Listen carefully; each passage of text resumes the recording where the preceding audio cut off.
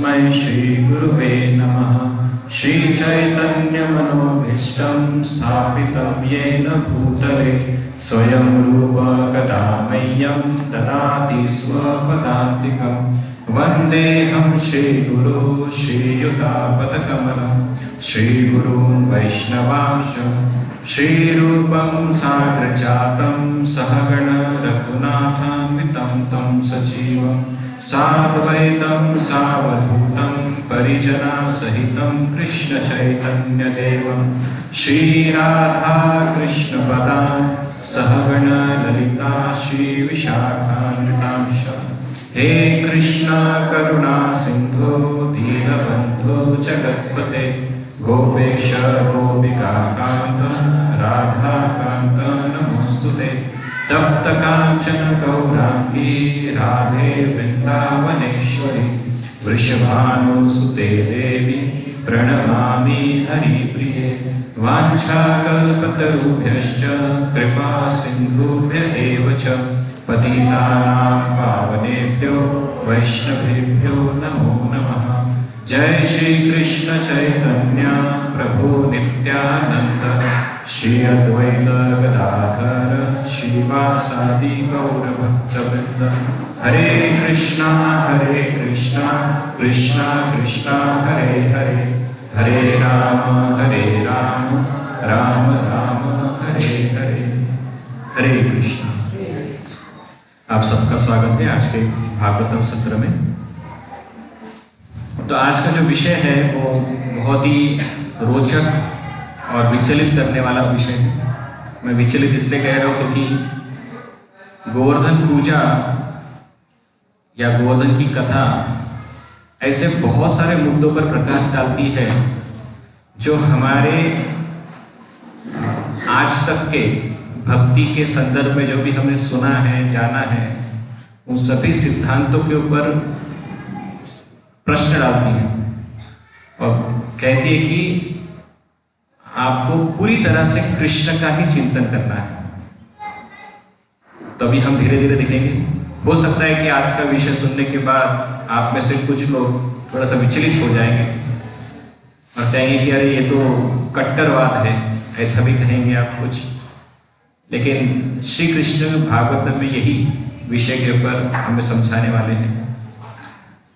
तो ब्राह्मण पत्नियों के ऊपर कृपा करने के पश्चात जैसा हमें पता है कि ये जो प्रसंग है बहुत फास्ट होते जा रहा है। ब्राह्मण पत्नियों पर कृपा का जो विषय था वो समय था ग्रीष्म ऋतु का, मतलब समर सीजन में वो लीला हुई थी। अब ये गोवर्धन पूजा जो डायरेक्टली विंटर सीजन, मतलब वापस 6 महीने हुए गैप के बाद डायरेक्टली गोवर्धन पूजा का वर्णन प्रारंभ कर दिया शुकदेव गोस्वामी ने। तो दिवाली के प्रसंग में जब सब जगह पर बारिश के बाद जब पहली फसल निकलती है तो आमतौर पर जो किसान होते हैं वो अपने अपने कुल देवतों या इष्ट देवतों को इन पहली फसल का अर्पण करते हैं, पहली फसल अर्पण करते हैं। तो वही चीज यहाँ पर भी घटित हो रही थी। वृंदावन के सभी निवासी अपने अपना कृषि कार्य करने के पश्चात साथ में जो लोग गैयों का पालन करते हैं वे सब अपने अपने इष्ट देव इंद्रदेव को प्रसन्न करने हेतु यज्ञ करने जा रहे थे। और ये जो यज्ञ है ये हर साल वो करते थे, ऐसा नहीं कि वे इसी बार पहली बार कर रहे हैं, वे हर साल करते थे। तो लेकिन इसी समय भगवान श्री कृष्ण ने इस इंद्र पूजा को लेकर आक्षेप लिया। तो प्रश्न उठता है कि इतने साल तक श्री कृष्ण कुछ बोले नहीं, कभी आक्षेप लिया नहीं इंद्र पूजा को लेकर, लेकिन इसी बार इंद्र पूजा को लेकर क्यों आक्षेप ले रहे हैं? इंद्र पूजा बंद करने की क्यों उन्होंने ठान ली? क्या लगता है आपको? तब अभी तक वो छोटे थे, अभी 8 साल की उम्र, अभी भी छोटे ही है वो एक प्रकार से, उनका ज्ञान बढ़ गया था। अच्छा, मतलब छोटे थे तो ज्ञान नहीं था उनको। ऐसा क्या लगता है आपको कि अभी श्री कृष्ण की आयु अराउंड 8 साल की है, मतलब 8 पूरे नहीं हुए या हो भी गए रहेंगे 8 साल पूरे। हाँ, इंद्र का अभिमान चूर करना था। देखिए, इसके पहले तक श्री कृष्ण ने गोवर्धन पूजा जो है वो गोवर्धन पूजा के बारे में कभी बोला नहीं, और हर साल नियमों के अनुसार या प्रथा के अनुसार इंद्र की पूजा होते आ रही थी। लेकिन इसी समय क्योंकि इंद्र जो है थोड़ा सा गर्विष्ठ हो उठा था और वो अपने आप को तीनों लोगों का नियंता मानने लगा था, तो उसके गर्व का हरण करने हेतु श्री कृष्ण ने इस साल जानबूझकर इंद्र पूजा रोकने का निर्णय लिया, और साथ ही साथ अन्य कुछ और शिक्षाएं अपने भक्तों को प्रदान करने के लिए भी ये लीला घटित की गई थी। शुकदेव गोस्वामी बताते हैं कि ये जो लीला है गोवर्धन पूजा की, ये हमें दर्शाता है कि एकनिष्ठ भक्ति या फिर बिना किसी द्वंद्व के भक्ति का क्या अर्थ होता है। बहुत बार देखा जाता है कि भक्त भी अपने भक्ति तो करते हैं, लेकिन साथ ही साथ अपने इष्ट देव, कुल देव या अपने कुल परंपरा में चली आ रही जो प्रथाएं हैं उसके ऊपर भी आसक्त रहते हैं, और भक्ति भी करते हैं, साथ ही साथ इन सब चीजों का जो अन्य चीजें हैं उसका भी वे पूरी श्रद्धा के साथ पालन करते हैं, जो एक तरह से गलत नहीं है लेकिन उसकी आवश्यकता भी नहीं है। तो भगवान श्री कृष्ण वृंदावनवासी जो इंद्रदेव की पूजा कर रहे थे वो उनकी परंपरागत कुल देवता की पूजा थी या इष्ट देव की पूजा थी, क्योंकि वे कृषि है, वैश्य है, तो वे वर्षा पर पूरी तरह से निर्भर होते हैं, और इस वजह से इंद्रदेव उनके आराध्य देव बन गए थे या परंपरा से उनकी पूजा चलती आ रही थी, और वो हर साल उनकी पूजा करते थे। लेकिन ये सारे के सारे जो वृंदावनवासी है ये श्री कृष्ण के निस्सीम भक्त है। श्री कृष्ण के प्रति पूरा समर्पण होने के बावजूद वे इंद्रदेव की पूजा भी करते आ रहे थे, जबकि इन सब की कोई आवश्यकता नहीं थी। ऐसा नहीं कि करना नहीं चाहिए, ये नहीं कह रहे कि करना नहीं चाहिए, लेकिन हम ये कह रहे हैं कि आवश्यकता नहीं है। यदि कोई व्यक्ति एक बार भगवान श्री कृष्ण के प्रति समर्पण भाव रखता है तो उसे अन्य देवी देवताओं की उपासना करने की आवश्यकता नहीं होती। मैं फिर से दोहराता हूँ, एक होता है आवश्यकता और दूसरा होता है करने की इच्छा। यदि कोई चाहे तो देवी देवताओं की उपासना कर सकता है, यदि कोई भक्त चाहे तो देवी देवताओं की उपासना कर सकता है, लेकिन उसकी आवश्यकता नहीं है। तो दोनों में अंतर है, कंफ्यूज ना हो। जैसे गोपिकाओं ने कात्यायनी देवी की उपासना की, पूजा की, व्रत रखा, तो इस प्रसंग से हम देखते हैं कि गोपिकाएं जो है देवी की उपासना कर रही थी, लेकिन आवश्यकता नहीं थी। अगर वे चाहती तो कृष्ण भी उसी प्रकार से उनकी इच्छा पूरी कर सकते थे, लेकिन फिर भी क्योंकि वे भक्त है, उन्हें लगा कि हो सकता है कि दुर्गा देवी की कृपा से हम पर श्री कृष्ण जल्दी प्रसन्न हो जाए। तो इस भाव से पूरी नम्रता के साथ उन्होंने केवल कृष्ण को प्राप्ति हेतु उन्होंने दुर्गा देवी की उपासना की, अन्य उनका कोई आशय या उद्देश्य नहीं था। इसलिए उनकी की गई उपासना शास्त्र उचित मानी जाती है। लेकिन यहाँ पर इंद्रदेव की जो पूजा है ये कृष्ण को प्रसन्न करने के लिए ना होकर इंद्र को प्रसन्न करने के लिए हो रही थी, ये सोचकर कि अगर इंद्र प्रसन्न रहेंगे तो हमें वर्षा नियमित तौर पे मिलते रहेगी। तो यहाँ पर पूरी तरह से कॉन्ट्रास्ट है गोपियों की देवी उपासना और ब्रजवासियों की इंद्र उपासना। गोपियों की जो उपासना थी वो केवल और केवल कृष्ण को प्राप्त करने हेतु थी, और यहाँ पर ब्रजवासी जो है वो इंद्र को इसलिए प्रसन्न करना चाहते थे ताकि इंद्र अपना कृपा हम पर बनाए रखे, जिससे हमारी भौतिक संपन्नता भी बढ़ती रहे। तो भगवान श्री कृष्ण इस चीज के खिलाफ थे, और उसको रोकने के लिए उन्होंने इंद्र पूजा रोकने का बंदोबस्त किया। तो बहुत सुंदर प्रसंग आता है कि किस प्रकार से भगवान कृष्ण अपने से बड़े बड़े लोगों के सामने जाकर आर्ग्यूमेंट करते हैं। हम एक एक करके सुनते हैं। शुभदेव गोस्वामी ने कहा, जब श्री कृष्ण ने देखा कि सारे ग्वाले इंद्र के लिए यज्ञ करने की तैयारी में लगे हैं, तो विनीत भाव से उन्होंने अपने पिता नंद महाराज इत्यादि गुरुजनों से पूछा। तो मतलब केवल अपने पिता ही नहीं, अन्य जो गुरुजन मतलब वरिष्ठ जन है, उनके सामने बहुत नम्रता पूर्वक प्रश्न किया, हे पिताश्री, आप कृपा करके मुझे बतलाए कि आप इतना सारा महत् प्रयास किसके लिए कर रहे हैं? आप क्या करना चाह रहे हैं? यदि यह कर्मकांडी यज्ञ है तो यह किसकी तुष्टि हेतु किया जा रहा है और यह किन साधनों से संपन्न किया जाएगा? तो इन्होंने, भगवान श्री कृष्ण ने, अभी 8 साल का बच्चा, कौन उसकी बात को सीरियसली लेगा?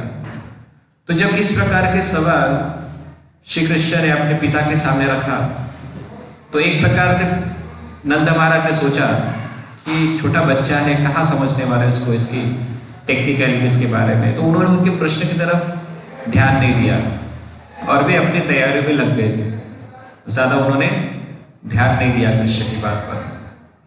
लेकिन श्री कृष्ण फिर भी अड़े रहे और उन्होंने फिर से पिता से पूछा, हे पिताश्री, कृपा करके इसके विषय में मुझे बतलाए।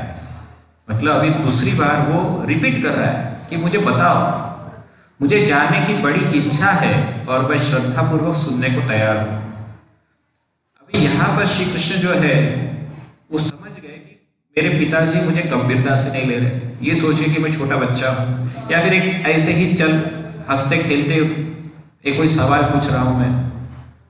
तो यहाँ पर श्री कृष्ण कह रहे हैं कि मैं हंसी मजाक में कोई सवाल नहीं पूछ रहा हूं या मैं छोटा बच्चा होने के नाते कोई उटपटांग सवाल नहीं पूछ रहा हूं, मैं बहुत सीरियसली ये सवाल पूछ रहा हूं और मैं श्रद्धा पूर्वक सुनने को भी तैयार हूं। तो ये बहुत आवश्यक है। कभी कभी कुछ लोग प्रश्न तो पूछते हैं लेकिन उसको सुनने के लिए तैयार नहीं रहते। मतलब अपना प्रश्न किस प्रकार से बढ़िया है या मेरे प्रश्न ने किस प्रकार से प्रवक्ता को अचंभे में डाल दिया, इसके ऊपर उनके ऊपर उसका ज्यादा ध्यान होता है। तो प्रश्न पूछना केवल एक औपचारिकता न होकर यदि आवश्यकता के अनुसार हो और उसे हम श्रद्धापूर्वक सुनना पसंद करते हैं तो ही प्रश्न पूछना चाहिए। अन्यथा केवल प्रश्न पूछने के लिए पूछो, इसका कोई अर्थ नहीं होता। तो श्रील प्रभुपाद भी कई बार ऐसे, उनके सामने भी कुछ लोग कभी कभी सवाल पूछते थे, प्रभुपाद बोलते थे क्या, व्हाट इज स्टूपिड क्वेश्चन। जैसे एक बार एक रिपोर्टर ने सवाल पूछा कि आप तो स्वामी जी हैं, आप हर चीज जानते हैं, शास्त्र में हर चीज लिखी है, तो क्या आप बता सकते हो कि एम्पायर स्टेट बिल्डिंग में कितनी खिड़कियां हैं? अभी श्रील प्रभुपाद इतने नाराज हो गए, देखिए आपको प्रश्न पूछने की संधि दी लेकिन आप कैसे फालतू के प्रश्न पूछ रहे हैं? क्या गुरु का कार्य एम्पायर स्टेट बिल्डिंग में कितनी खिड़कियां ये ज्ञान आपको देना, ये इसके लिए गुरु होता है क्या? गुरु का कार्य होता है कि व्यक्ति को उसके वास्तविक अस्तित्व के बारे में और उसके जीवन के ध्येय के बारे में उसको जागरूक करे। ये गुरु का कर्तव्य होता है, ना कि कितना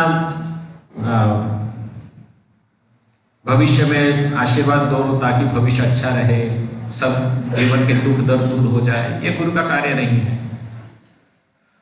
तो जब कोई प्रश्न पूछता है तो प्रश्न पूछने का आशय केवल पूछना ना होकर श्रद्धा पूर्वक जानने की जिज्ञासा भी होनी चाहिए।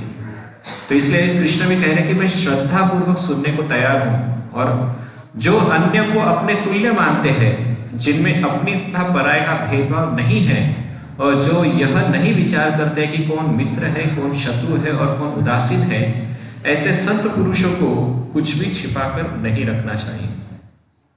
तो वे अपने पिता से कह रहे हैं कि मैं आपका शत्रु या कोई मित्र ऐसा नहीं, आपका घर का संबंधी हूं।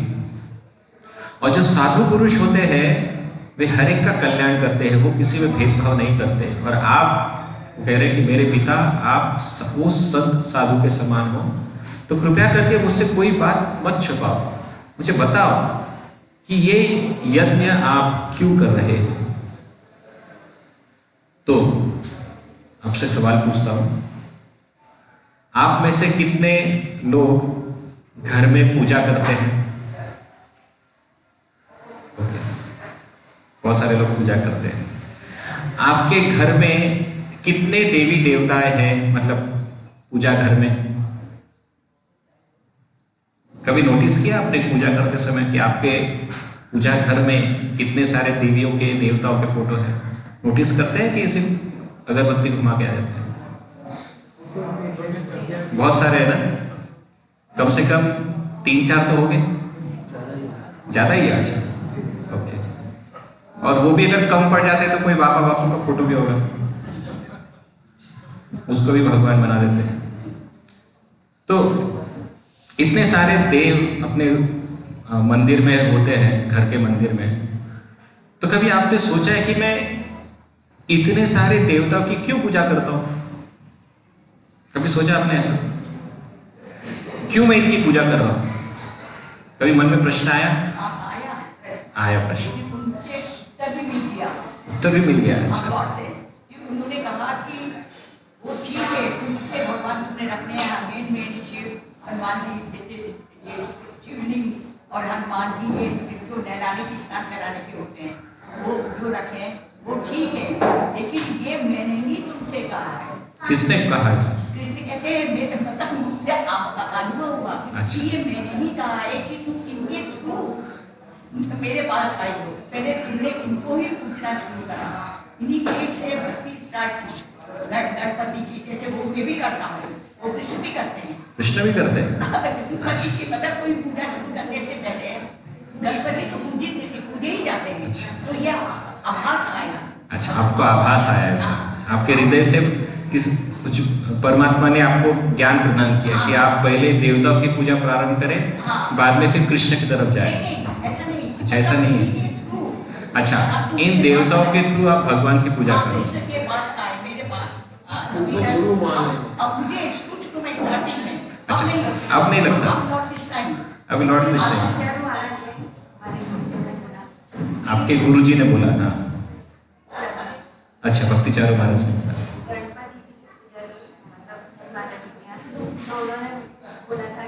मंदिर से अलग रखना, पहले उनकी होती है गणेश जी की। पूछा था उसने कि इतने सारे देवी देवता है तो अब क्या है? मानव कृष्ण एक ही होता है, बाकी ये सब रिश्तेदार हैं। तो माता जी ने कहा कि हमारे गुरुजन भी हमें कभी कभी सलाह देते हैं कि श्री कृष्ण ही हमारे आराध्य भगवान हैं, लेकिन अन्य देवी देवताओं का उचित सम्मान भी होना चाहिए।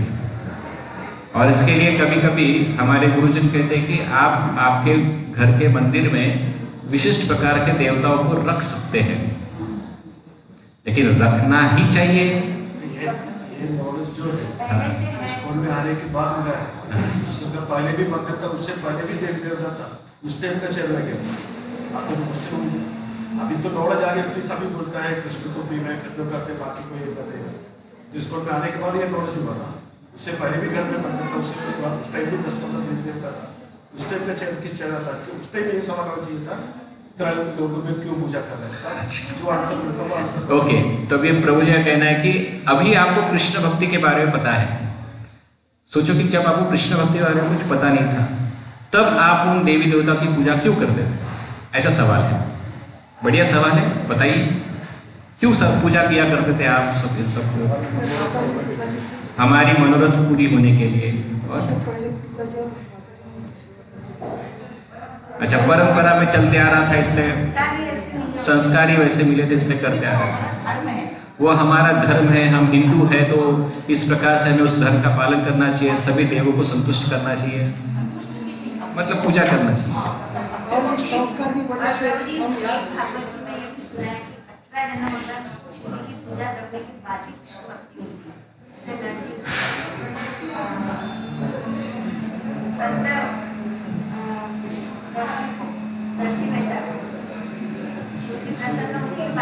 कृष्ण भक्ति मांगी। अच्छा ठीक है। और प्रभु जी हम इस्कॉन में भी तो हम गाथाएं सुनते हैं इनकी। क्या? ये हनुमान जी की हमने 2-3 हफ्ते सुनी हाँ। यहीं पर। हाँ। उन्होंने बहुत उनकी बताई तो उससे तो श्रद्धा आएगी ना। सही बात है, लेकिन क्या हनुमान जी भगवान है? भगवान के रूप में मानते हैं, उनका अवतार से। तो इधर ही तो गड़बड़ है। तो क्या अगर आपकी बात सही होती तो ये नहीं आता, ये यहाँ पर कोई भी प्रवचन में हनुमान जी की कथा नहीं आती। नहीं ऐसा नहीं है। देखिए तो ठीक है, आपका सारा कंफ्यूजन भी दूर कर। तो ये सवाल पूछने का मुख्य उद्देश्य यही था कि आप मेरे साथ मेरे क्या कहते हैं मेरे फ्रीक्वेंसी से मैच हो रहे हैं कि नहीं। अगर मैं जो कह रहा हूँ अगर आप उससे मैच नहीं कर रहे तो आपको मेरी बात समझ में नहीं आएगी। तो अभी समझ गया मुझे कि आपको किस स्थिति से मुझे बताना चालू करना है, तब मैं वैसे बताना प्रारंभ करूंगा। मुझे लॉर्ड कृष्ण ये भी कहते हैं, बाकी ये समझ आया कि तुम मुझे पूछोगे मेरे अंदर सब समाये हुए हैं। हाँ। मेरी पूजा से तुम्हारी सबकी पूजा हो जाए। अच्छा हाँ, वेरी गुड। मेरे अंदर सभी है। अग्नि जो तुम अग्नि पूजा में करते हैं इतने लोग सब है, सब भगवान मेरे में समाये हैं। ओके, सब भगवान में ही समाये हैं। हाँ, मेरे अंदर लॉर्ड कृष्ण के अंदर। तो अगर सब भगवान में ही समाये हैं आप कह रहे हैं, और आप सब लोग बहुत सारे भक्त यहाँ पर भगवान की पूजा कृष्ण को ही सुपीरियर मानते हैं, श्रेष्ठ मानते हैं, तो तब भी घर के मंदिर में अन्य सब देवी देवता की आवश्यकता है क्या? अगर आप सही मायने में स्वीकार करते हो कि कृष्ण ही सर्वोपरि है, लेकिन तब भी आप अपने घर के अंदर या आपके घर के मंदिर में अलग अलग देवी देवताओं की उपासना कंटिन्यू करते हो, ये सोच के कि ये परंपरा से चलते आ रहा है, ये हमारे माता पिताओं ने हमें जिम्मेदारी दी है, कुल देवता है तो हमें इनकी पूजा करना अनिवार्य है, आवश्यक है, इसलिए करते आ रहे हैं। ऐसा कितना लोग सोचते हैं? अभी आपकी दीक्षा हो गई, आपका कृष्ण भक्ति को पूरा ज्ञान है, लेकिन फिर भी घर के अंदर इस प्रकार की उपासना कंटिन्यू कर रहे हैं। परंपरा तो रहेगी ही, आप कितना भी कृष्ण भक्ति करो परंपरा तो चलती रहेगी। ऐसा है। देखिए मैं शुरू में कहा आज का जो विषय है आपको बहुत विचलित करने वाला है, और मैं आपके ये बेसिक फाउंडेशन को हिलाने का ही प्रयत्न कर रहा हूँ। अगर आप में से अभी भी आप किसी को इतना भागवत सुनने के पश्चात भी यदि आपको लगता है कि देवी देवता की उपासना करना या कुल देवता की पूजा करना बहुत ही जरूरी है, नहीं तो कुल देवता का कोप होगा, और इस डर से आप कृष्ण भक्ति भी कर रहे हो लेकिन साथ ही साथ घर के अंदर औपचारिक तौर पे बाकी सब पूजा कार्य भी कर रहे हो, तो ये क्लास आपके लिए है। ठीक है? हाँ, पीछे देखा है जो राजा थे समाज के अंदर से भी रखे जो उनको जो पूजा होनी चाहिए वो नहीं वो भी उनका भक्त होकर भी करते थे। तो श्राद्ध करना कहाँ गलत है? मैं कह रहा देवी देवताओं की उपासना करना गलत है। मतलब यहाँ पे जो चर्चा होगी देवी देवता पर विश्वास न, श्राद्ध कर्म ये कर्म कांड में आता है, उसमें कृष्ण की पूजा की जा सकती है। कृष्ण को देव कर्म का श्राद्ध में क्यों होता है? विष्णु प्रसाद ही दिया जाता है ना कर्म श्राद्ध में, तो वहां पे कुछ गलत नहीं है। तो अगर कोई राजा अपनी प्रजा के कल्याण हेतु एकादशी व्रत रखता है, श्राद्ध कर्म करता है, राजसूय यज्ञ अश्वमेध यज्ञ करता है, तो इन सब यज्ञ में विष्णु ही तो पूजा की जाती है, इनकी देवताओं की पूजा नहीं की जाती। कृष्ण भक्त को कोई जरूरत नहीं करती, हाँ लेकिन फिर भी करते हैं। लेकिन यहाँ पर देवताओं की बात आ रही है। ओके, तो अभी हम शुरू करते हैं। भगवान श्री कृष्ण क्या कहते हैं इन सब चीजों को लेकर हम वो सुनेंगे। मैं अपना मत नहीं डालूंगा, श्री कृष्ण क्या कहेंगे वो हमें सुनना है, और अगर हो सके तो पालन करना है। ठीक है? तो जब इस प्रकार से भगवान श्री कृष्ण ने अपने पिताजी से बहुत गंभीरता से सवाल पूछे, तो नंद महाराज भी थोड़े से स्तब्ध हो गए कि इतना छोटा सा बालक इतने इंपॉर्टेंट सवाल पूछ रहा है, तो अभी जवाब देना ही पड़ेगा। तो श्री कृष्ण आगे श्लोक में पूछते हैं, ज्ञात्वा अज्ञात्वा च कर्माणि जनोयम अनुतिष्ठति विदुष कर्म सिद्धि स्यात् यथा ना विदुषो भवेत्। इधर लिखा है ज्ञात्वा अज्ञात्वा च कर्माणि। तो यहाँ पे लिखा है जब इस जगत में लोग कर्म करते हैं तो कभी तो वे समझते हैं कि वे क्या कर रहे हैं और कभी नहीं समझते। जो लोग यह जानते हैं कि वे क्या कर रहे हैं उन्हें अपने कार्य में सफलता प्राप्त होती है, जबकि अज्ञानी लोगों को सफलता नहीं मिलती। भगवान श्री कृष्ण स्पष्टता तौर पर कह रहे हैं कि जो लोग ये कहते हैं कि ये सब सवाल मत पूछो, परंपरा से चलते आ रहा है, हमें करना है और करते ही रहना चाहिए क्योंकि परंपरा की बात है, कुल परंपरा है। तो भगवान श्री कृष्ण कह रहे हैं कि जो लोग नहीं जानते कि वो ये सब कर्म कांड क्यों कर रहे हैं, ये पूजा पाठ क्यों कर रहे हैं, ऐसे व्यक्ति को कोई सफलता नहीं मिलती। श्रीमद् भगवद गीता में भी इसी से संबंधित श्लोक आया है, यह शास्त्र विधि उत्सृज्य वर्तते कामकारत न सिद्धिमवाप्नोति न सुखम न पराम गति। मतलब यदि कोई व्यक्ति शास्त्र का आधार लिए बिना या शास्त्र में जो लिखित पद्धति है उसके अनुरूप पालन किए बिना यदि कोई पूजा पाठ या उपासना में लगता है तो ऐसे व्यक्ति को कुछ लाभ नहीं होता। इसका मतलब यह हुआ कि यदि हम कोई उपासना कर रहे हैं, पूजा पाठ कर भी रहे हैं, लेकिन वो शास्त्र के अनुरूप न हो तो वो उपासना करना या पूजा करने का कोई फल प्राप्त नहीं होता। भगवान श्री कृष्ण को अर्जुन कहते हैं, मेरे ख्याल से 17वें अध्याय के शुरू में, नहीं शायद हाँ 17वें अध्याय के शुरू में वे पूछते हैं सवाल अर्जुन भी कि आप कह रहे हैं कि जो शास्त्र के विधि का पालन नहीं करता उन्हें कोई लाभ नहीं होता, लेकिन यदि कोई श्रद्धा के साथ शास्त्र के ज्ञान के बिना अगर कोई श्रद्धा से किसी देवता की पूजा करता है तब भी उसे कुछ लाभ नहीं होता।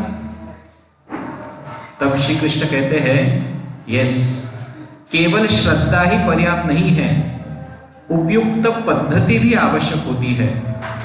और ऐसे व्यक्ति को भगवान श्री कृष्ण असुर कहते हैं। जो आसुरी प्रवृत्ति के लोग होते हैं वे बिना शास्त्र का आधार लिए अपने तरीके से अपने अपने श्रद्धा के अनुसार विशिष्ट देवी देवता की पूजा करते हैं और ऐसे लोगों को भगवान श्री कृष्ण असुर कहते हैं। ये गीता के 17वें अध्याय के शुरू में ही है। तो कहने का आशय यह है कि यदि कोई व्यक्ति शास्त्र जाने बिना या शास्त्र में लिखित विधि विधानों को सही ढंग से पालन किए बिना अगर किसी विशिष्ट देवता की पूजा करता है तो उसे कोई लाभ नहीं होता। भगवान श्री कृष्ण भी इस श्लोक में यही कह रहे हैं कि जो वो कर्म कर रहा है, अगर कर्म करने के पीछे का आशय या वो क्यों कर रहा है ये पता ही नहीं है उसको, और करने के लिए कर रहा है, परंपरा से करते आ रहा है, माता पिता जी ने किया है इसलिए करते आ रहा है, तो ऐसे किए हुए पूजा का भी कोई लाभ नहीं होता।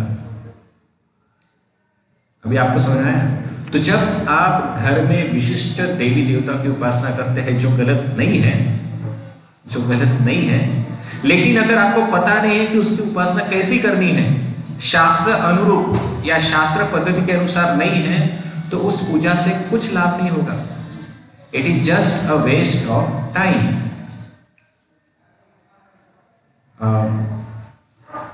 श्रुति स्मृति पुराणादि पंचरात्रि की विधि विधा ऐकांतिका हरे भक्ति उत्पादेव कल्पते। अब ये तो हो गया, हमने कहा कि देवी देवता की उपासना, लेकिन अगर हम हरि भक्ति भी करते हैं, भगवान श्री कृष्ण की भक्ति कर रहे हैं लेकिन बिना शास्त्र के आधार पर, तो कहा जाता है ऐकांतिका हरे भक्ति उत्पादेव कल्पते। मतलब बिना किसी शास्त्र के आधार पर हरि भक्ति करना भी समाज में उत्पाद ही निर्माण करता है।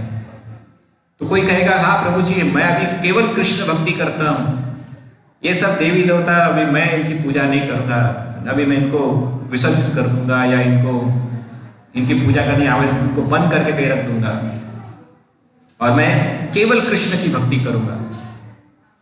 ऐसा कहना भी ये दर्शाता है कि उसे शास्त्र का ज्ञान नहीं है।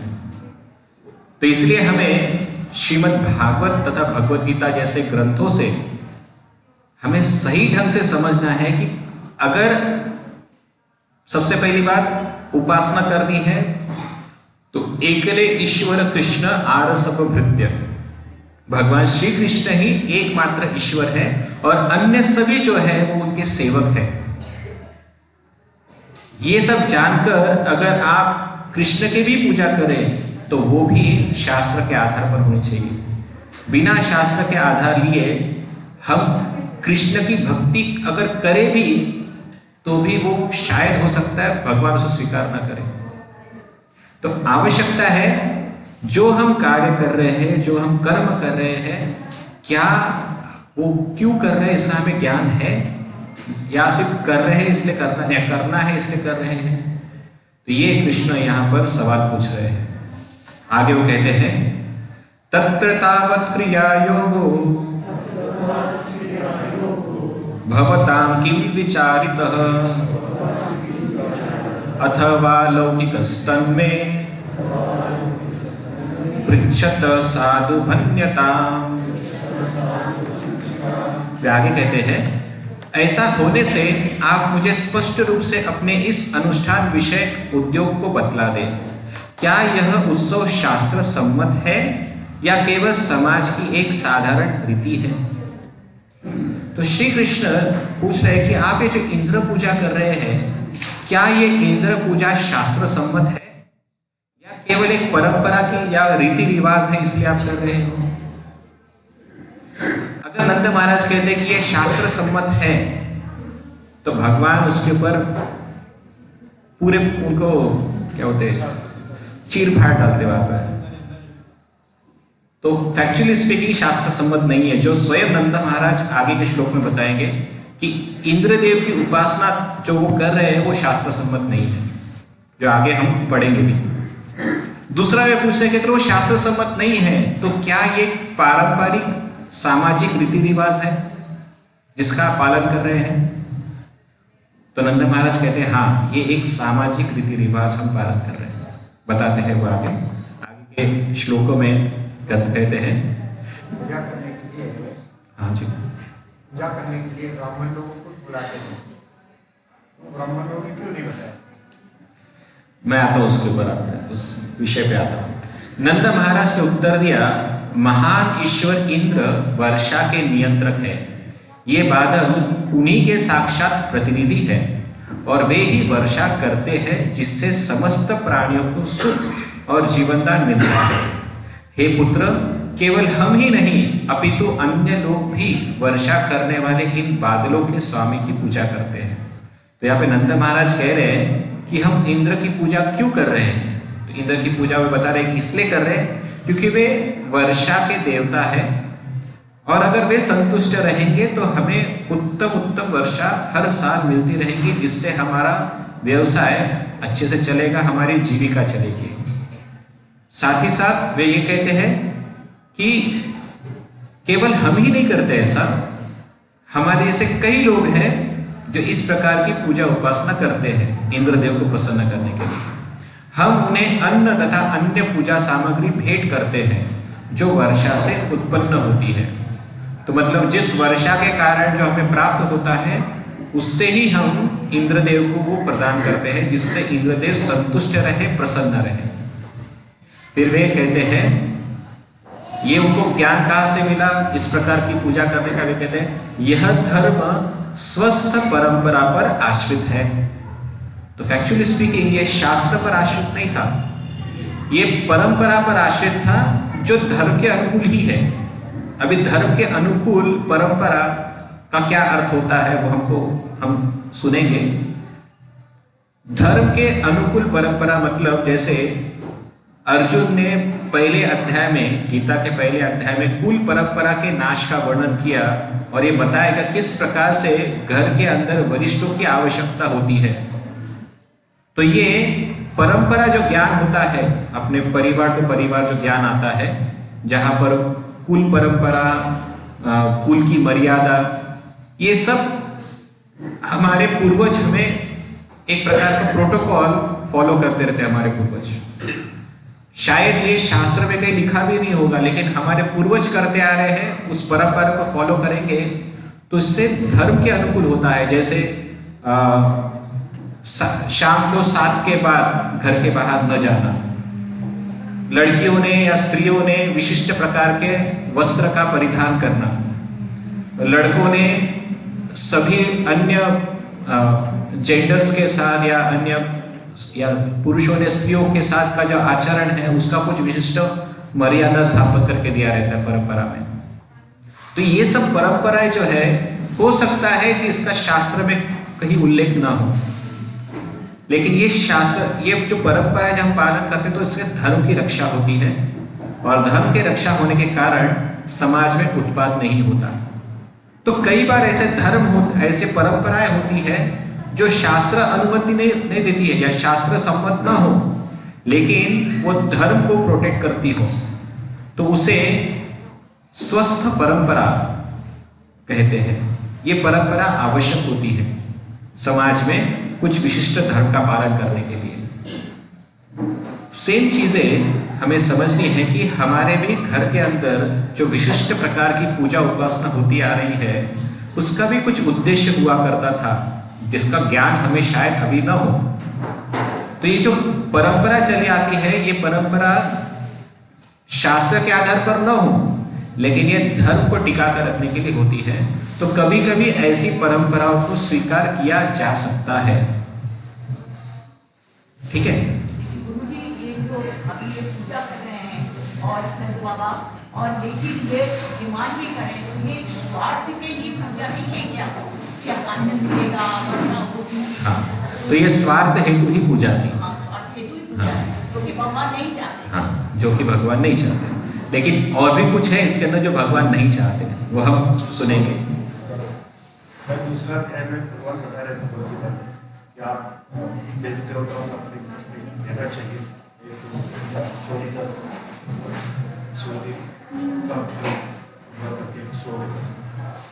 दूसरा है अपना इनकम करेगी देवी देवताओं को कैसे समझे। ठीक है, तो आएंगे हम उसके ऊपर। प्रभु जी का भी सवाल है, आपका भी सवाल है। तो सबसे पहले, अगर ये बात सच है कि ये शास्त्र सम्मत नहीं है, तब भी कुछ ब्राह्मणों ने उनको बताया क्यों नहीं? और साथ ही साथ सवाल ये आता है कि देवी देवता को कुछ अगर हम रिटर्न में अर्पण करते हैं तो हमें चोर समझा जाता है। ये भी भगवद गीता का वचन है। तो ये समझना बहुत आसान है। शास्त्र के विभिन्न स्तर होते हैं, शास्त्र के विभिन्न स्तर होते हैं। जैसे मैथमेटिक्स के अलग अलग स्तर होते हैं। एक प्राइमरी स्कूल का मैथमेटिक्स, एक सेकेंडरी एजुकेशन का मैथमेटिक्स और एक ग्रेजुएशन के स्तर का मैथमेटिक्स। तीनों मैथ्स हैं, लेकिन तीनों अलग अलग लोगों के लिए बनाए गए हैं। अगर कोई व्यक्ति जो ग्रेजुएशन के स्तर पर है और वो अगर प्राइमरी स्कूल का मैथमेटिक्स फॉलो कर रहा है, तो क्या उचित है? और उसी प्रकार से कोई अगर प्राइमरी एजुकेशन में पढ़ा हुआ है, अगर वो ग्रेजुएशन का मैथमेटिक्स इस्तेमाल करेगा, तो उसे हम कहेंगे कि अरे तेरे दिमाग के ऊपर से जाएगा। फॉर्मूले तो वही होते हैं, नीचे से पढ़े फॉर्मूले हम कर लेते हैं, लेकिन वो क्लास का नहीं पढ़ सकते। हाँ, पढ़ नहीं सकते। लेकिन अगर कोई ग्रेजुएशन का व्यक्ति अपना पढ़ाई छोड़कर प्राइमरी स्कूल की पढ़ाई करना लगे, तो क्या योग्य रहेगा? नहीं। तो यहाँ पर एक प्रकार से जब भगवान श्री कृष्ण इस प्रकार के आक्षेप ले रहे हैं नंद महाराज और ब्रजवासियों का, वो इसलिए आक्षेप ले रहे हैं क्योंकि ब्रजवासी सब ग्रेजुएशन के स्तर पर है और वे प्राइमरी स्कूल के एजुकेशन में ज्यादा ध्यान दे रहे हैं, जो गलत है उनके। प्राइमरी एजुकेशन गलत नहीं है, लेकिन कोई ग्रेजुएट स्तर का व्यक्ति अगर प्राइमरी एजुकेशन का कार्य करने लगे तो वो ना निंदनीय है, लेकिन अपेक्षित नहीं है उनसे एक प्रकार से। तो यहां पर ब्रजवासी गण पहले से कृष्ण को समर्पित है, लेकिन फिर भी वे इन प्रकार के कर्मकांड में फंसे हुए हैं। अभी कर्मकांड किसके लिए आवश्यक है? जो प्राइमरी स्टेज पर है, जो भक्ति का पूरा ज्ञान नहीं है, लेकिन आध्यात्म के बारे में जानना चाहता है, प्रगति करना चाहता है, उसके लिए कर्मकांड होता है। तो उसके लिए वो कर्मकांड करना जरूरी है।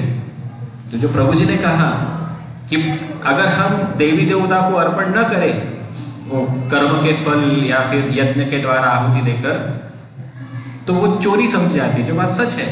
तो प्राइमरी एजुकेशन के जो बच्चे होते हैं अगर वो पढ़ाई नहीं करें तो उनके लिए वो गलत माना जाता है। तो दूसरा चीज प्रभु जी ने कहा कि ब्राह्मणों ने उनको क्यों नहीं बताया, क्योंकि कुछ लोग ब्रजवासी गण अभी तक कृष्ण के प्राकट्य के पहले तक उधर यही परंपरा चलती थी और सब लोग उसी कर्मकांड के स्तर पर थे। भगवान श्री कृष्ण के प्राकट्य के पश्चात उनका कृष्ण के प्रति जो प्रेम है, लगाव है, उनको ग्रेजुएशन के स्तर पर लेके गया था। और इस वजह से ब्राह्मण भी, जैसा हम जानते हैं कि ब्राह्मण भी कभी कभी यजमान के आवश्यकता के अनुसार ही उपदेश करते हैं। कोई ब्राह्मण आपको ये नहीं कहेगा कि अरे तुम पूजा पाठ बंद कर दो क्योंकि आप कृष्ण भक्ति करते हो।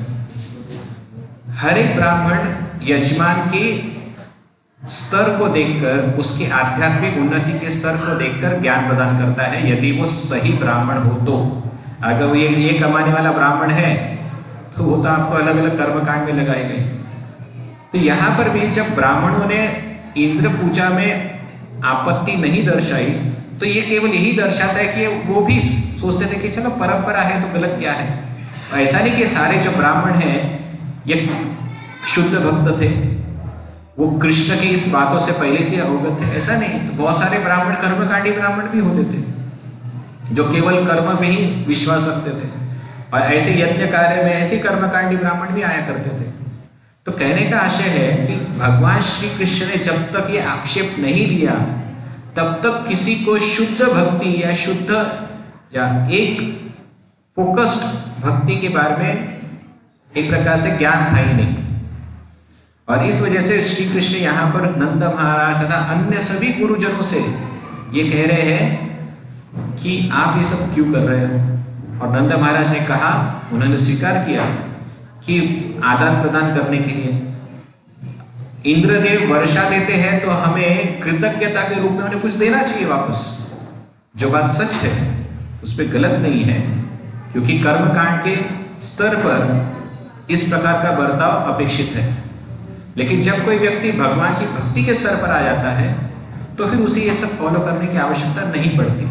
और श्री कृष्ण जानते हैं कि ब्रजवासी गण अभी कर्मकांडीय स्तर पर न होकर भक्ति के अवस्था पर है, शुद्ध भक्ति की अवस्था पर है। तो इसलिए भगवान श्री कृष्ण ने रोकना चाहते थे। और यहाँ पर नंद महाराज भी कह रहे हैं कि इंद्रदेव की पूजा एक प्रकार से परंपरा से चली आ रही थी। उदाहरण के लिए, जैसे आपको पता होगा थैंक्स गिविंग सेरेमनी, सुना है आपने कभी नाम? विदेशों में खास तौर पे ये एक विशिष्ट दिन होता है या हफ्ता होता है, थैंक्स गिविंग डे या थैंक्स गिविंग वीक, जिसमें जो बच्चे हैं अपने गुरुजनों को या अपने से जो वरिष्ठ है जिनसे उन्होंने प्रेरणा प्राप्त की है, इंस्पिरेशन प्राप्त किया है, उनको थैंक्स अर्पण करते हैं। मदर्स डे, फादर्स डे, क्या सच मायने में ये आवश्यक है? ऐसा करना कुछ आवश्यक है? आवश्यक नहीं, लेकिन फिर भी करते हैं एक प्रकार का कृतज्ञता व्यक्त करने के लिए।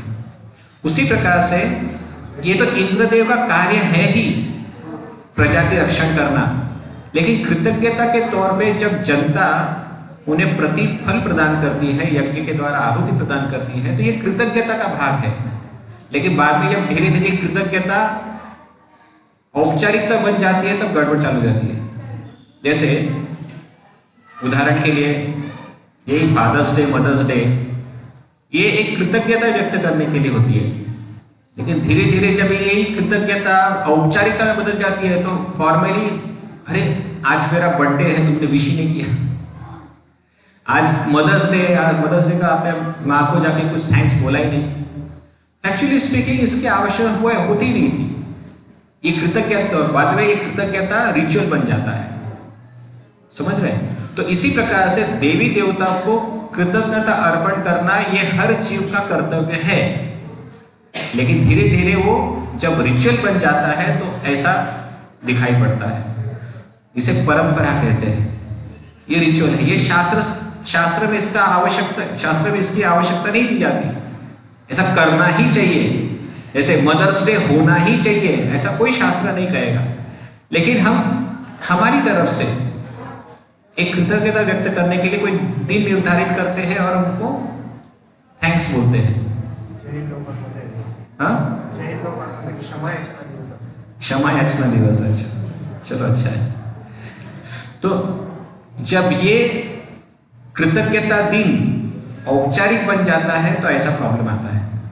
तो परंपरा बाद में वो धीरे धीरे परंपरा बन जाती है, फिर परंपरा का फिर वो रिचुअल एक प्रकार का आवश्यकता बन जाती है। अरे वो नहीं करेंगे तो क्या होगा, जैसे मदर्स डे नहीं मनाएंगे तो माँ गुस्सा हो जाएगी, और माँ गुस्सा हो जाएगी तो खाने को नहीं देंगी। ऐसा कभी होता है क्या?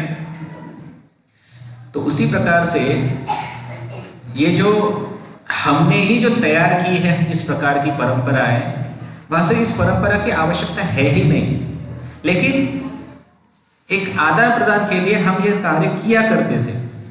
लेकिन अभी उसका रिचुअल में परिवर्तन हो गया है, एक प्रकार की औपचारिकता में परिवर्तन हो गया है, जिसका खंडन भगवान श्री कृष्ण यहाँ पर कर रहे हैं।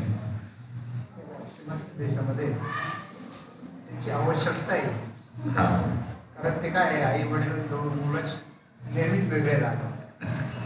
तो सोचो कितना डिग्रेडेड है। तो इसीलिए वैदिक जो ज्ञान है वो विदेशी ज्ञान के सामने के स्तर से बहुत ऊपर है। तो उनकी तुलना में हम अपने ये तुलना नहीं कर सकते। तो हमारा पहले से अपेक्षा है वो स्तर होने का, तो उसी स्तर पे हम लोग बात करेंगे। तो अभी नंद महाराज से सुनने के पश्चात भगवान श्री कृष्ण एक प्रकार से क्रोधित हो जाते हैं। क्रोधित इसलिए होते हैं क्योंकि भगवान श्री कृष्ण कहते हैं कि यदि आप केवल ये पूजा पाठ एक औपचारिकता के तौर पर करते हैं तो क्यों कर रहे हो, बंद कर दो।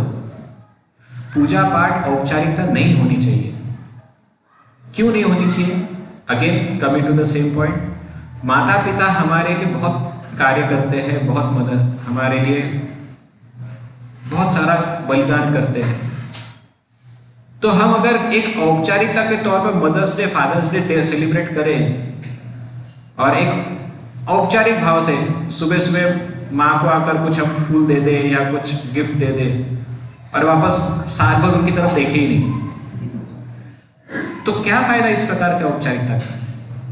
वास्तविक ये दिन सेलिब्रेट करने का उद्देश्य था कि कम से कम जो भूल गए हैं उसे याद करो, और ऐसे याद करने से आप साल में जब एक बार करते उसका 2 करो, 3 बार करो, 4 बार माँ को सामने जाके धन्यवाद व्यक्त करो, पिता को सामने जाके धन्यवाद व्यक्त करो।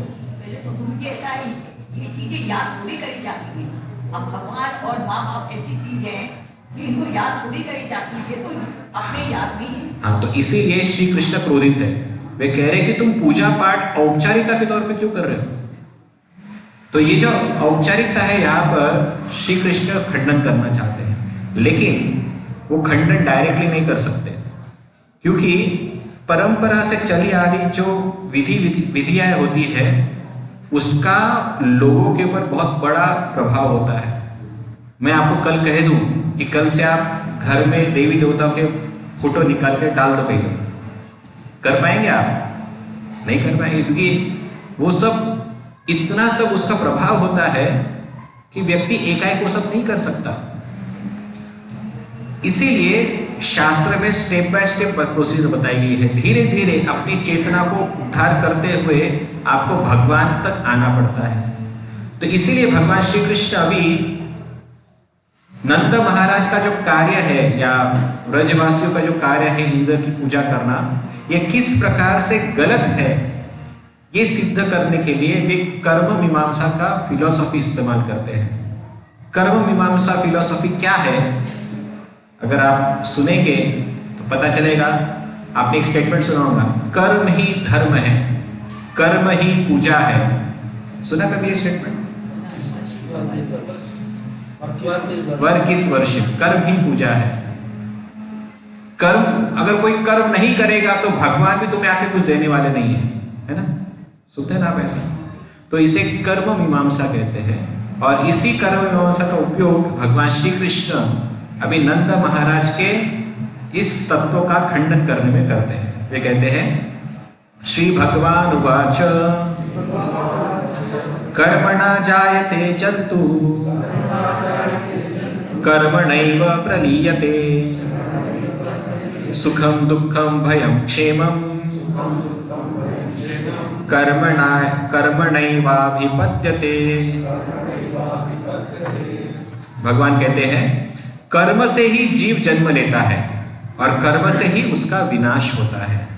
उसके सुख दुख भय तथा सुरक्षा की भावना का उदय कर्म के प्रभाव के रूप में होता है।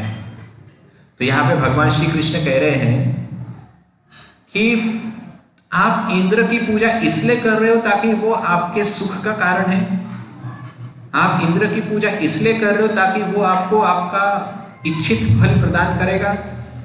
तो भगवान श्री कृष्ण कहते हैं नहीं, इंद्र कौन है? कोई व्यक्ति नहीं है, सब कुछ तुम्हारे कर्म पर निर्भर है। अगर तुम कर्म नहीं करोगे तो वर्षा कितनी भी हो आपको कुछ नहीं मिलने वाला।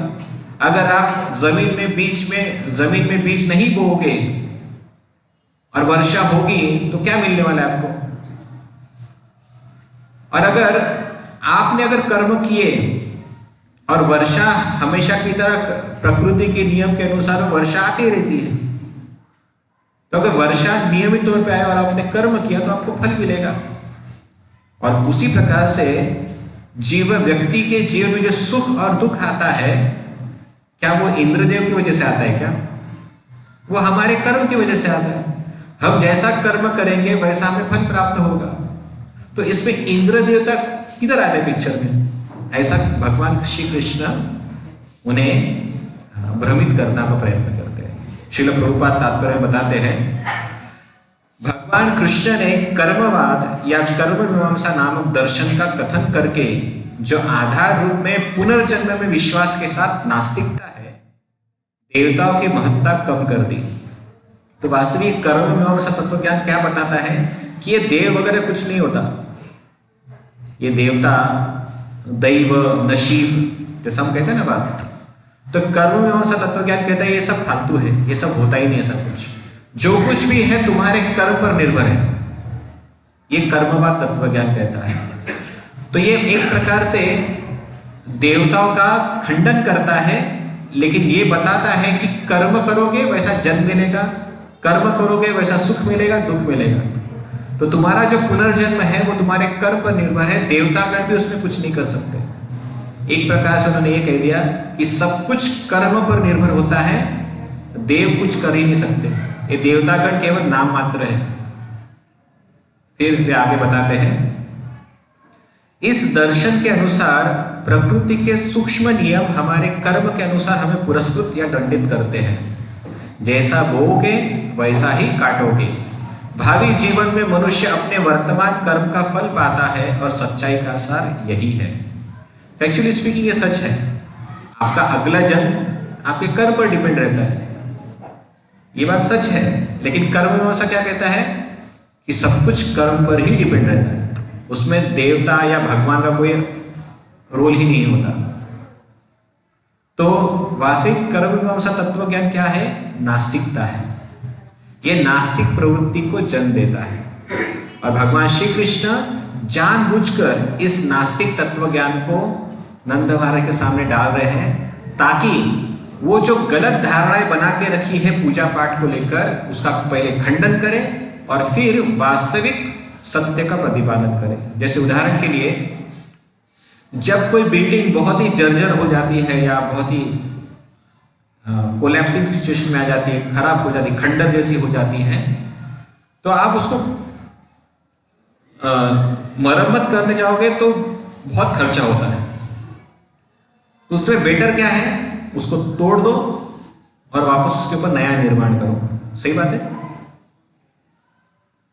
भगवान श्री कृष्ण यही कर रहे हैं। जब कभी कभी कुछ परंपराएं, कुछ रीति रिवाज इतने बिगड़ जाते हैं कि उसका वास्तविक मर्म ही खत्म हो जाता है, तो ऐसे रीति रिवाज और ऐसे परंपराओं को नाश करना ही आवश्यक होता है और उसको नाश करके उसकी जगह पे वास्तविक सिद्धांत स्थापन करना उपयुक्त पड़ता है। सेम चीज भगवान बुद्ध ने भी की थी। जब वेदों का उपयोग पशु के बलि हेतु किया जा रहा था, तो भगवान बुद्ध ने वेदों का ही अस्वीकार कर दिया। उन्होंने कहा वेद होता ही नहीं है, वेद सत्य नहीं है, वेद का अस्तित्व ही नहीं है। और फिर उन्होंने जब वेदों को निकाल बाहर किया तो उन्होंने अहिंसा को स्थापन किया, जो वेदों का मूल आधार है। बिना अहिंसा के आप वेदों का पालन कर ही नहीं सकते। तो जब कभी कभी हमारी परंपराएं इतनी भ्रष्ट हो जाती है कि उससे व्यक्ति का उद्धार होने की जगह वो परंपरा ही जिंदा मतलब जान लेने लग जाती है, तो ऐसी परंपरा का खंडित हो जाना ही उपयोग है। एक और उदाहरण दे सकते हैं, सती प्रथा। सती प्रथा आपने सुना है? तो क्या ये शास्त्र सम्मत है सती प्रथा? नहीं है, लेकिन ये परंपरा से चलती आ रही थी और वो धर्म की रक्षा के लिए ही था, जो धर्म के सिद्धांतों को बचाता था।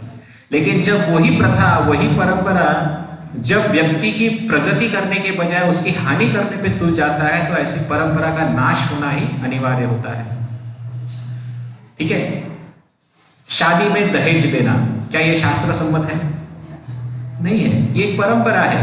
पिता अपने पुत्री के प्रेम हेतु वो कुछ दिया करता था, लेकिन वही चीज बाद में धीरे धीरे परंपरा बन गई और यही परंपरा फिर आदमी की उन्नति के बजाय उसका पतन कराने लग गई।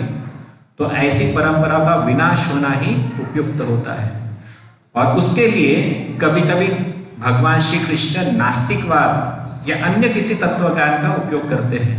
तो श्री कृष्ण भी यहाँ पर ऐसी भ्रष्ट प्रथाओं को नष्ट करने के लिए कर्म मीमांसा तत्व का उपयोग कर रहे हैं, जो वास्तविक में नास्तिकता है।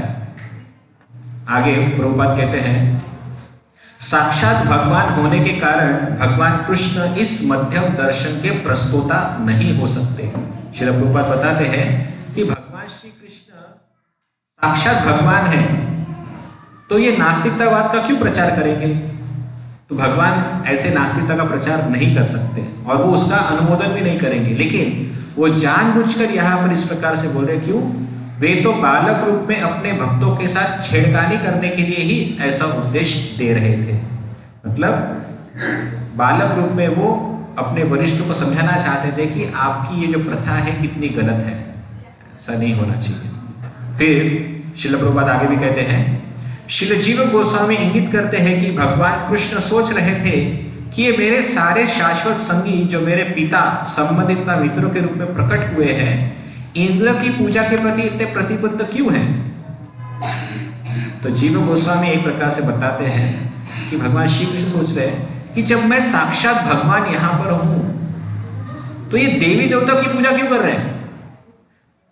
सब कुछ मुझे समर्पित करने के बजाय वो इन देवताओं के पीछे क्यों इतने प्रतिबद्ध हो गए हैं? Why they are so much committed to devi gods? जब मैं यहाँ पर हूं, जो साक्षात भगवान यहाँ पर है, तो ये देवी देवता की पूजा में क्यों इतने लिप्त हुए हैं? सब कुछ छोड़ दो और मेरी तरफ शरण में आओ। तो भगवान श्री कृष्ण नहीं चाहते थे कि उनके शुद्ध भक्त, प्रिय मित्र, प्रिय संगति जो है वो कृष्ण को छोड़कर अन्य किसी के पास जाए। तो एक प्रकार से जीव गोस्वामी कहते हैं कि यदि कोई किसी व्यक्ति ने या किसी भक्त ने कृष्ण को ही अपना सर्वस्व जब मान लिया है, तो फिर अन्य देवताओं की पूजा करने का क्या आशय रह जाता है? It is just a waste of time. जैसे उदाहरण के लिए हमारे विश्वचंद्र ठाकुर बहुत सुंदर उदाहरण देते हैं। ये टिपिकल उदाहरण आप सब समझ सकते हैं। जैसे शादी के पहले लड़की अलग अलग लड़कों को देख सकती है ना? चॉइस करने के पहले, शादी करने के पहले लड़की अलग अलग लड़कों को देख सकती है, उसमें कोई गलत नहीं है। लेकिन शादी करने के पश्चात या एक बार शादी फिक्स हो गई, तो उसके बाद किसी अन्य पुरुष को देखने का क्या प्रयोजन हो जाता है? फिर ये प्रयोजन व्यभिचार कहलाता है। सही बात है। उसी प्रकार से किसी गुरु को समर्पण करने के पश्चात फिर अन्य किसी गुरु से या अन्य किसी गुरु के पास जाना, ये भी तो व्यभिचार है। तो कहने का आशय है कि आपने पहले ही कृष्ण को समर्पण कर दिया है, कृष्ण ही एकमात्र आपके स्वामी बन चुके हैं, इसके पश्चात भी आप देवी देवता की पूजा करते हैं, तो ये व्यभिचार कहलाता है। तो जीव गोस्वामी यहां पर बता रहे हैं कि श्री कृष्ण नहीं चाहते थे कि वे देवी देवता की पूजा करें, इसलिए वे इंद्र पूजा बंद करना चाहते थे। समझ रहे हैं? तो आपको ये बात समझना होगा, शास्त्र कभी ये नहीं कहता कि देवी देवता की पूजा गलत है, बल्कि वेदों में अलग अलग जगह पर विशिष्ट देवताओं की उपासना करने का विधान भी दिया हुआ है। जैसा माता जी ने कहा गणपति की पूजा करनी चाहिए। शुरू में गणपति की पूजा ये भी सिद्धांत भगवान ने ही स्थापन किया, गणेश की पूजा आदि पूजा होती है, वो उनकी करनी चाहिए। तो ये शास्त्र सम्मत है, पूजा करनी चाहिए। लेकिन जब कोई ग्रेजुएशन के स्तर पर पहुंच जाता है और उस पर पहुंचने के बाद भी अगर कोई वापस नीचे आकर अगर प्राइमरी स्कूल का पढ़ाई करने लगे, क्या प्रयोजन है इसका? तो हमें समझना है कि भगवान श्री कृष्ण इसीलिए इंद्र पूजा बंद नहीं कर रहे कि वे देवता के पूजा के खिलाफ है, वे इसलिए बंद करना चाहते थे क्योंकि ब्रजवासियों को इन सब की आवश्यकता है ही नहीं। They are wasting their time, unnecessary क्यों पूजा करना? अभी समझ में आया आपको? शास्त्र या कृष्ण भक्ति देवी देवता के पूजा के खिलाफ नहीं है, लेकिन एक बार यदि कोई कृष्ण को समर्पण कर देता है तो देवी देवता की पूजा करने की कोई आवश्यकता नहीं रहती, बल्कि इस प्रकार की देवी देवता की पूजा करना एक प्रकार का व्यभिचार ही कहलाता है।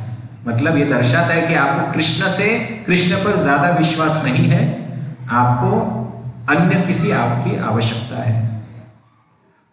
तो again coming to the same story या सेम एग्जाम्पल, शादी के पहले आप देख लो जितना देखना है, लेकिन एक बार शादी हो जाए उसके बाद इधर उधर देखना गलत बात है। वो रूप भी बदल जाता है। शादी से पहले चाहे देख रही है लड़की, वही लड़की शादी के बाद नहीं देगी क्योंकि वो उसका रूप भी बदल गया। क्योंकि शादी से पहले तो अलाउड है, देख सकते अपने लिए चूज कर सकते, लेकिन शादी के बाद वही चीज उसके लिए खराब है। हाँ, तो ऐसा ही, तो जब कोई व्यक्ति कृष्ण को पूरी तरह से समर्पित कर देता है और उसके बाद भी अगर वो देवी देवता की पूजा करता है तो खराब है। ठीक है, अभी समझा? I hope, thank you. स्तुति और पूजा, इसमें क्या फर्क है? स्तुति का ही दूसरा अर्थ है पूजा। जब आप किसी की स्तुति करते हो तो क्या कर रहे हो? पूजा कर रहे हो ना उसकी। नहीं, जैसे हम गुणगान गाते हैं भगवान की, वही पूजा है, वो भी पूजा होती है। वही पूजा है।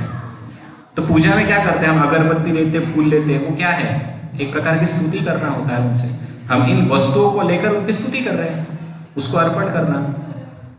ठीक है, एक प्रकार से दोनों सेम है, बस इतना समझ लो, स्तुति और पूजा दोनों सेम है। ठीक है,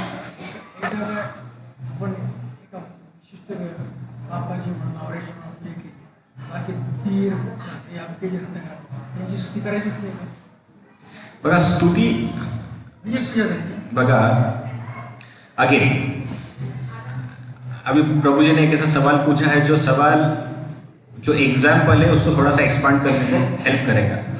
प्रभु जी का सवाल है कि अगर पत्नी केवल पति की ही पूजा करती है तो क्या माँ बाप की पूजा नहीं करनी चाहिए, रिश्तेदारों की पूजा नहीं करनी चाहिए?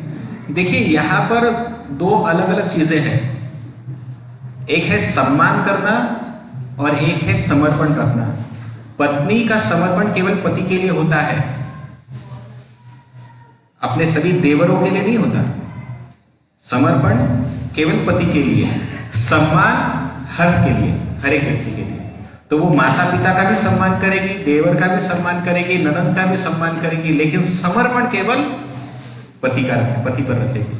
उसी प्रकार से जो कृष्ण भक्त होते हैं, जब कोई कृष्ण भक्त भगवान को पूरी तरह से समर्पित कर देता है तो समर्पण केवल कृष्ण के लिए है, लेकिन सम्मान वो हर किसी का करता है। सभी देवी देवताओं का आदर करता है, किसी का अपमान नहीं करता। ठीक है, ये बहुत जरूरी है समझना। तो अभी मैंने कृष्ण को समर्पण कर दिया तो इधर ये देवता किसी काम का नहीं, वो देवता किसी काम का नहीं, मैं किसी देवता को नहीं मानता, ये मंदिर में मैं नहीं जाऊंगा क्योंकि ये देवी देवता का मंदिर है। ऐसा वास्तविक भक्त नहीं करता।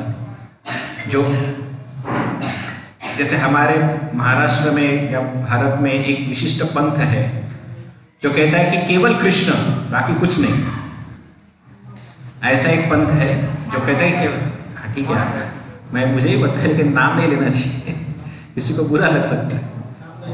तो केवल कृष्ण, और अगर उनके सामने कुछ दूसरे किसी देवता के मंदिर से प्रसाद आएगा, जैसे शिव जी का प्रसाद हो या कुछ अन्य प्रसाद हो या किसी मंदिर में जाना हो, तो नहीं, हम किसी मंदिर में नहीं जाएंगे।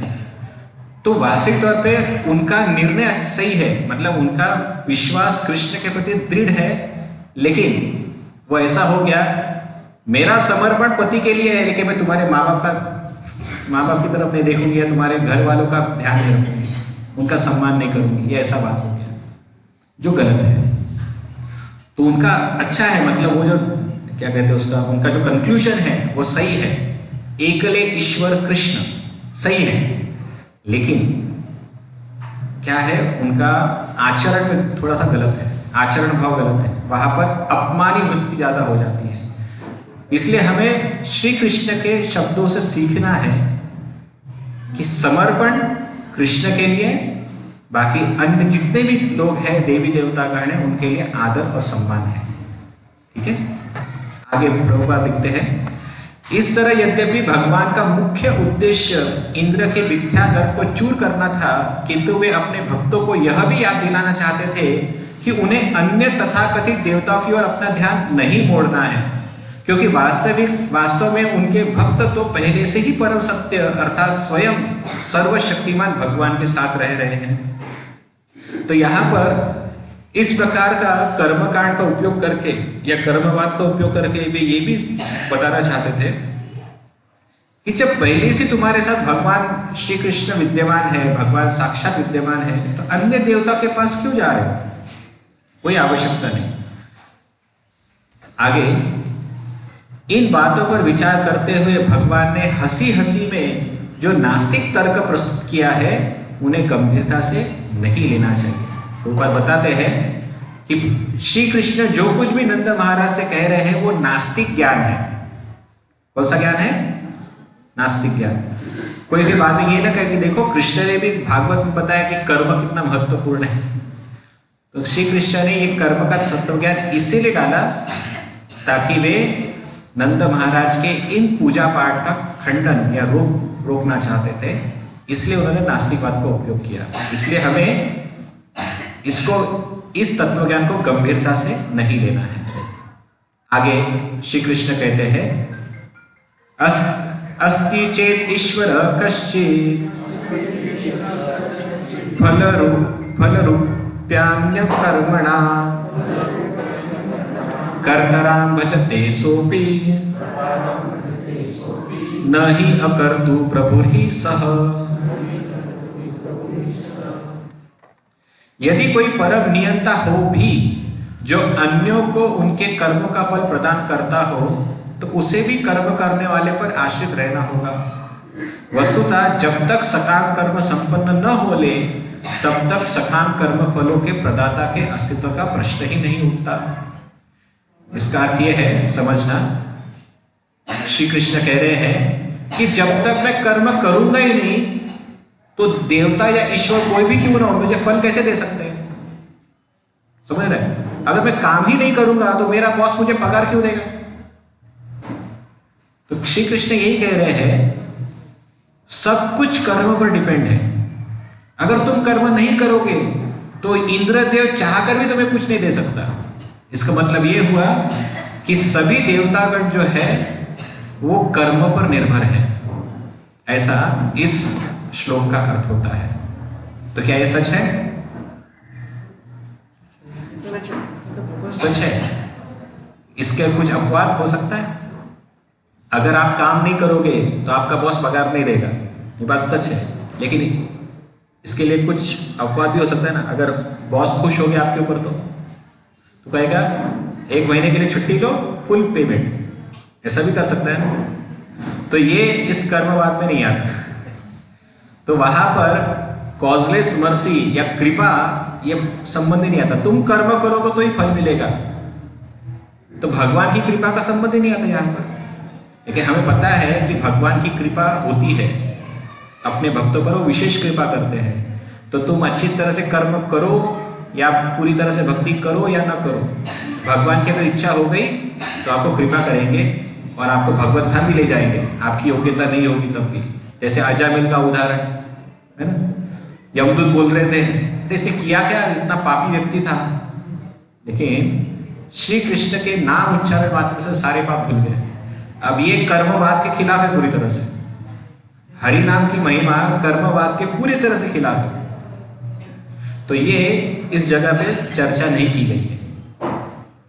फिर बाद में वे कहते हैं इस जगत में जीवों को अपने किसी विशेष पूर्व कर्म के परिणामों का अनुभव करने के लिए बाध्य किया जाता है।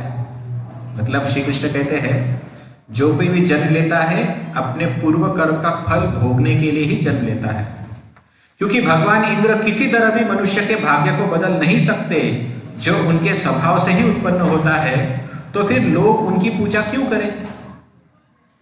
कहने का मतलब है अगर मेरे कर्म को इंद्रदेव बदल नहीं सकते तो मैं उनकी पूजा क्यों करूं। सही बात है। अगर मैं इंद्र की पूजा कर रहा हूं तो जो मुझे अपेक्षित है वो अगर मुझे नहीं मिलेगा तो मेरा इतना सारा पूजा किया वेस्ट गया ना। इसलिए कभी कभी कुछ लोग किसी भी देवता की पूजा प्रारंभ करते हैं ये न जानते हुए कि क्या वो देवता इच्छित वस्तु प्रदान कर सकता है या नहीं कर सकता। जैसे कुछ लोग हनुमान जी की पूजा इसलिए करते हैं ताकि उनको अच्छी पत्नी मिले। अरे हनुमान जी को कैसे दे सकते हैं आपको। या फिर कोई भगवान शिव की उपासना करता है, सॉरी भगवान शिव के लिए कोई इंद्रदेव की उपासना इसलिए करता है ताकि उनको मुक्ति प्रदान कर सके, लेकिन इंद्रदेव मुक्ति प्रदान नहीं कर सकते, उनके पास वो क्षमता ही नहीं है। कुछ लोग ब्रह्मा जी की पूजा करते हैं ताकि अमर हो सके, लेकिन ब्रह्मा जी कहते हैं मैं स्वयं मरने वाला हूं, तुमको क्या अमरता का वरदान दूं। तो हमें पता होना चाहिए कि किससे पास से क्या मांगना चाहिए। तो जब इंद्रदेव कुछ चीजें नहीं दे सकता, हमारे कर्म फल को बदल नहीं सकता, तो क्यों उनकी उपासना करना। समझे। कभी कभी हम देखते हैं कि हमारे पुरोहितगण जो है, पंडित लोग जो है, कहते हैं कि ये पूजा करो, और वो हम पूजा करते भी हैं लेकिन फर्क नहीं पड़ता। हुआ ऐसा कभी? बहुत बार होता होगा ना। क्योंकि कभी कभी टीवी पे हम लोग देखते हैं कि वर्षा नहीं होती, किसी जगह को दिखाते हैं कि उसके लिए हवन हो रहा है, यज्ञ हो रहा है कि वर्षा होगी, कभी उसके बाद भी वर्षा नहीं होती। तो ये क्या चीज है, ये शो करता है। तो इसीलिए यहाँ बताया अगर आपके निहित कर्म फल में मतलब आपके नसीब में नहीं है तो इंद्रदेव भी कुछ नहीं कर सकता। इसका बहुत बढ़िया उदाहरण धृतराष्ट्र है। आपको पता है धृतराष्ट्र जन्म से अंधा था। तो जन्म से अंधा है मतलब केवल आंखें, रोशनी नहीं है, आंखें नहीं है। तो ऐसे कई देवता है जो केवल आशीर्वाद मात्र से उसको आंखें दे सकते थे। भीष्म ने प्रयत्न किया, उनकी माता सत्यवती मतलब उनकी दादी जो थी सत्यवती, उसने मदद प्रयत्न किया। फिर बाद में धृतराष्ट्र की माँ जो थी उसने भी कई तपस्या व्रत किए, यहाँ तक कि उसकी पत्नी गांधारी ने भी शिव जी के सामने व्रत रखा कि इतना सब करने के बाद भी पति को आंखें नहीं आई। कोई सोच सकता है कि इतने सब लोगों ने प्रार्थना करने के बाद भी देवताओं ने उनकी इच्छा पूरी क्यों नहीं की? क्योंकि वो उनके कर्म फल में था ही नहीं। दूसरा उदाहरण महाराज चित्रकेतु का आता है। हमने देखा था चित्रकेतु को पुत्र प्राप्ति नहीं होनी थी,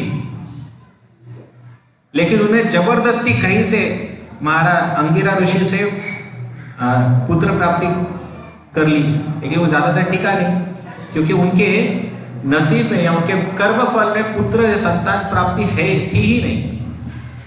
तो कहने का आशय यह है कि यदि आपके कर्म में वो विशिष्ट सुख नहीं है तो आप कितना भी पूजा पाठ कर लो कुछ नहीं होने वाला।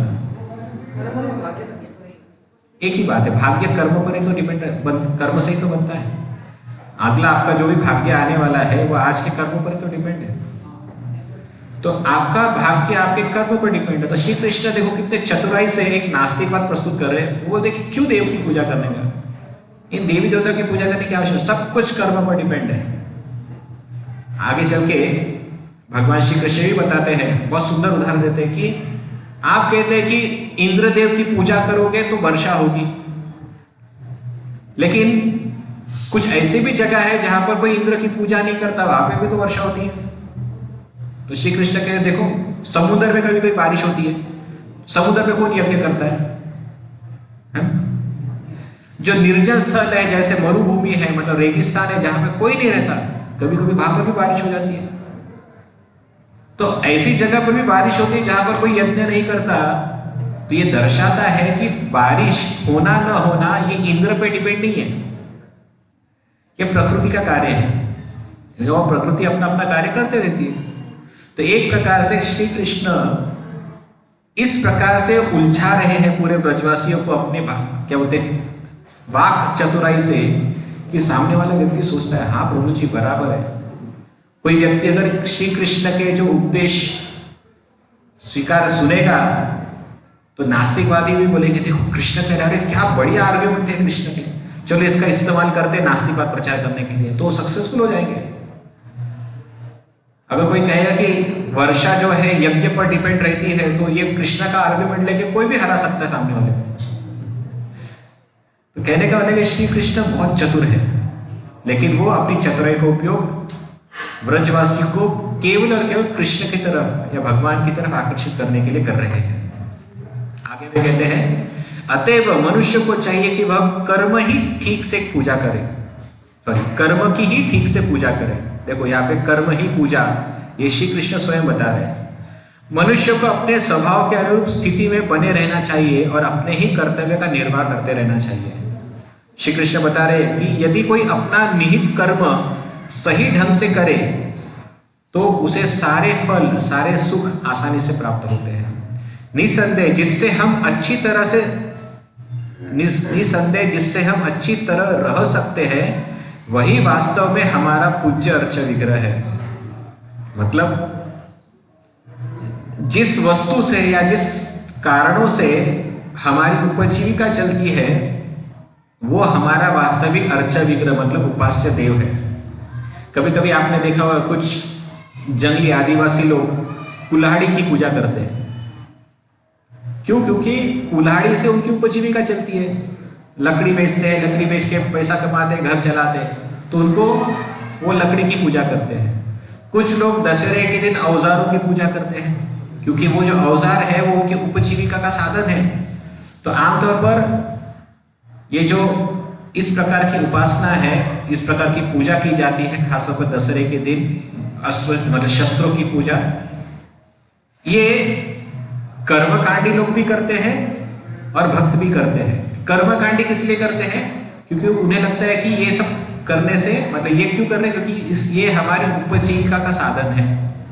कोई ट्रैक्टर की पूजा करता है, कोई गाड़ी की पूजा करता है, कोई औजारों की पूजा करता है, कोई विश्वकर्मा पूजा करता है। ये इसलिए क्योंकि वहां से वो जो औजार है वो उनकी उपजीविका का साधन है और कर्म ही हमारा भविष्य बनाता है, इसलिए वो इन औजारों की पूजा करते हैं।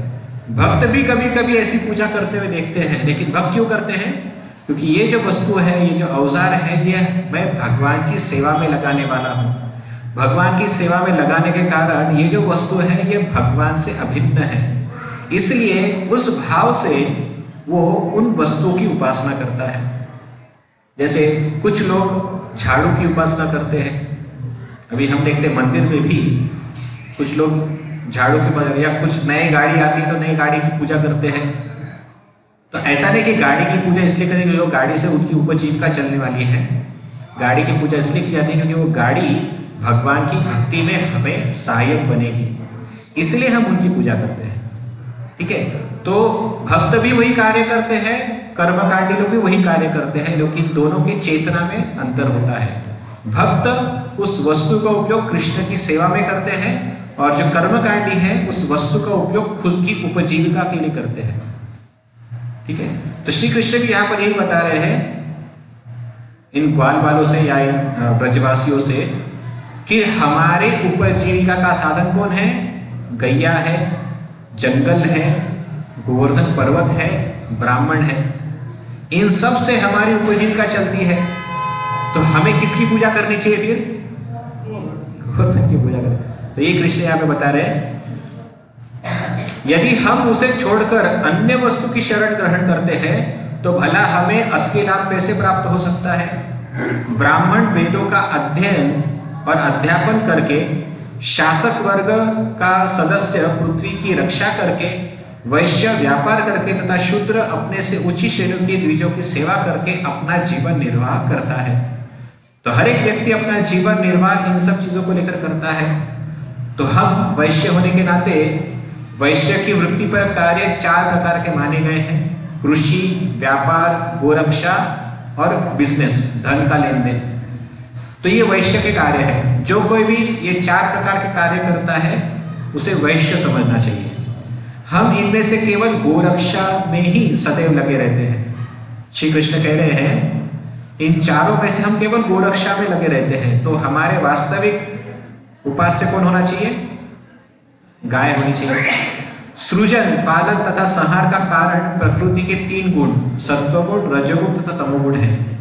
विशिष्ट रजोगुण द्वारा प्रेरित बादल सर्वत्र अपने जल की वर्षा करते हैं और इस वर्षा से ही सारे प्राणियों की जीविका चलती है। तो श्री कृष्ण कह रहे हैं ये जब वर्षा आती है, ये वर्षा रजोगुण के कारण आती है, इंद्र के कारण नहीं आती।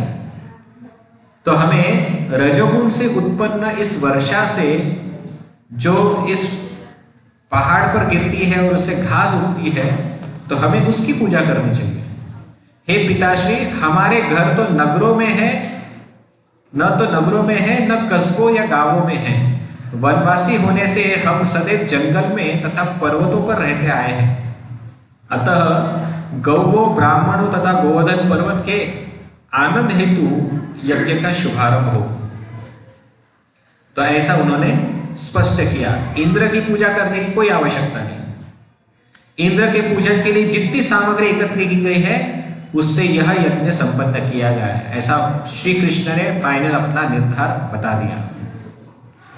तो देखो क्या लॉजिक के साथ कृष्ण ने सबको चुप कर दिया।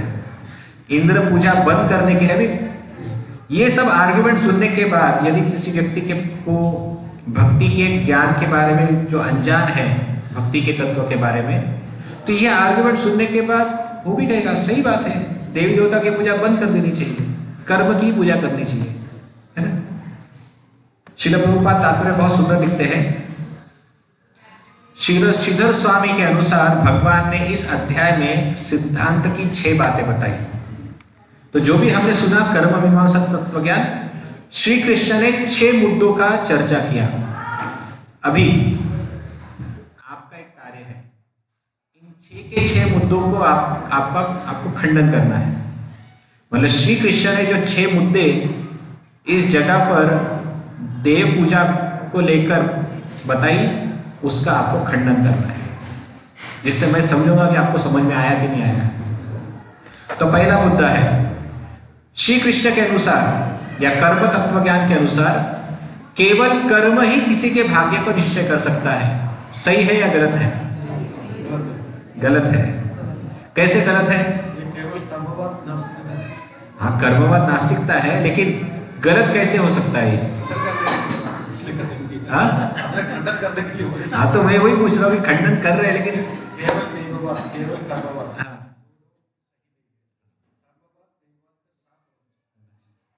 और साथ ही साथ कोई मुझे नहीं दे रहा, मैं काम कर रहा हूँ इसलिए बोल रहा हूँ, मैं काम कर रहा हूँ इसलिए बोल रहा हूँ। सही बात है। केवल कर्मवाद गलत है और केवल दैववाद वो भी गलत है। कर्मवाद और दैववाद दोनों साथ साथ चलते हैं, ठीक है। फॉर एग्जाम्पल किसान अपना कर्म करता है लेकिन दैव पर डिपेंड रहता है बारिश के लिए। अगर किसान केवल बीज बोएगा लेकिन दैव के कारण बारिश नहीं होगी तो उसके कर्म में कुछ फल मिलेगा?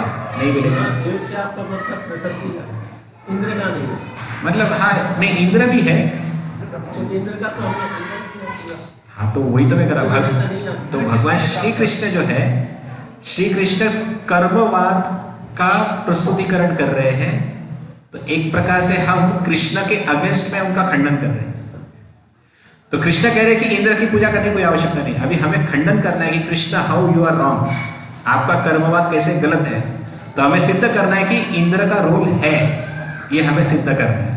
तो ये कहने की कि वर्षा ये डिपेंड रहती है दैव पर, मतलब आदि दैविक, मतलब आदि भौतिक, आदि दैविक, आध्यात्मिक, ये जो तीन प्रकृति के नियंता है ये हर जीव पर कार्य करते हैं।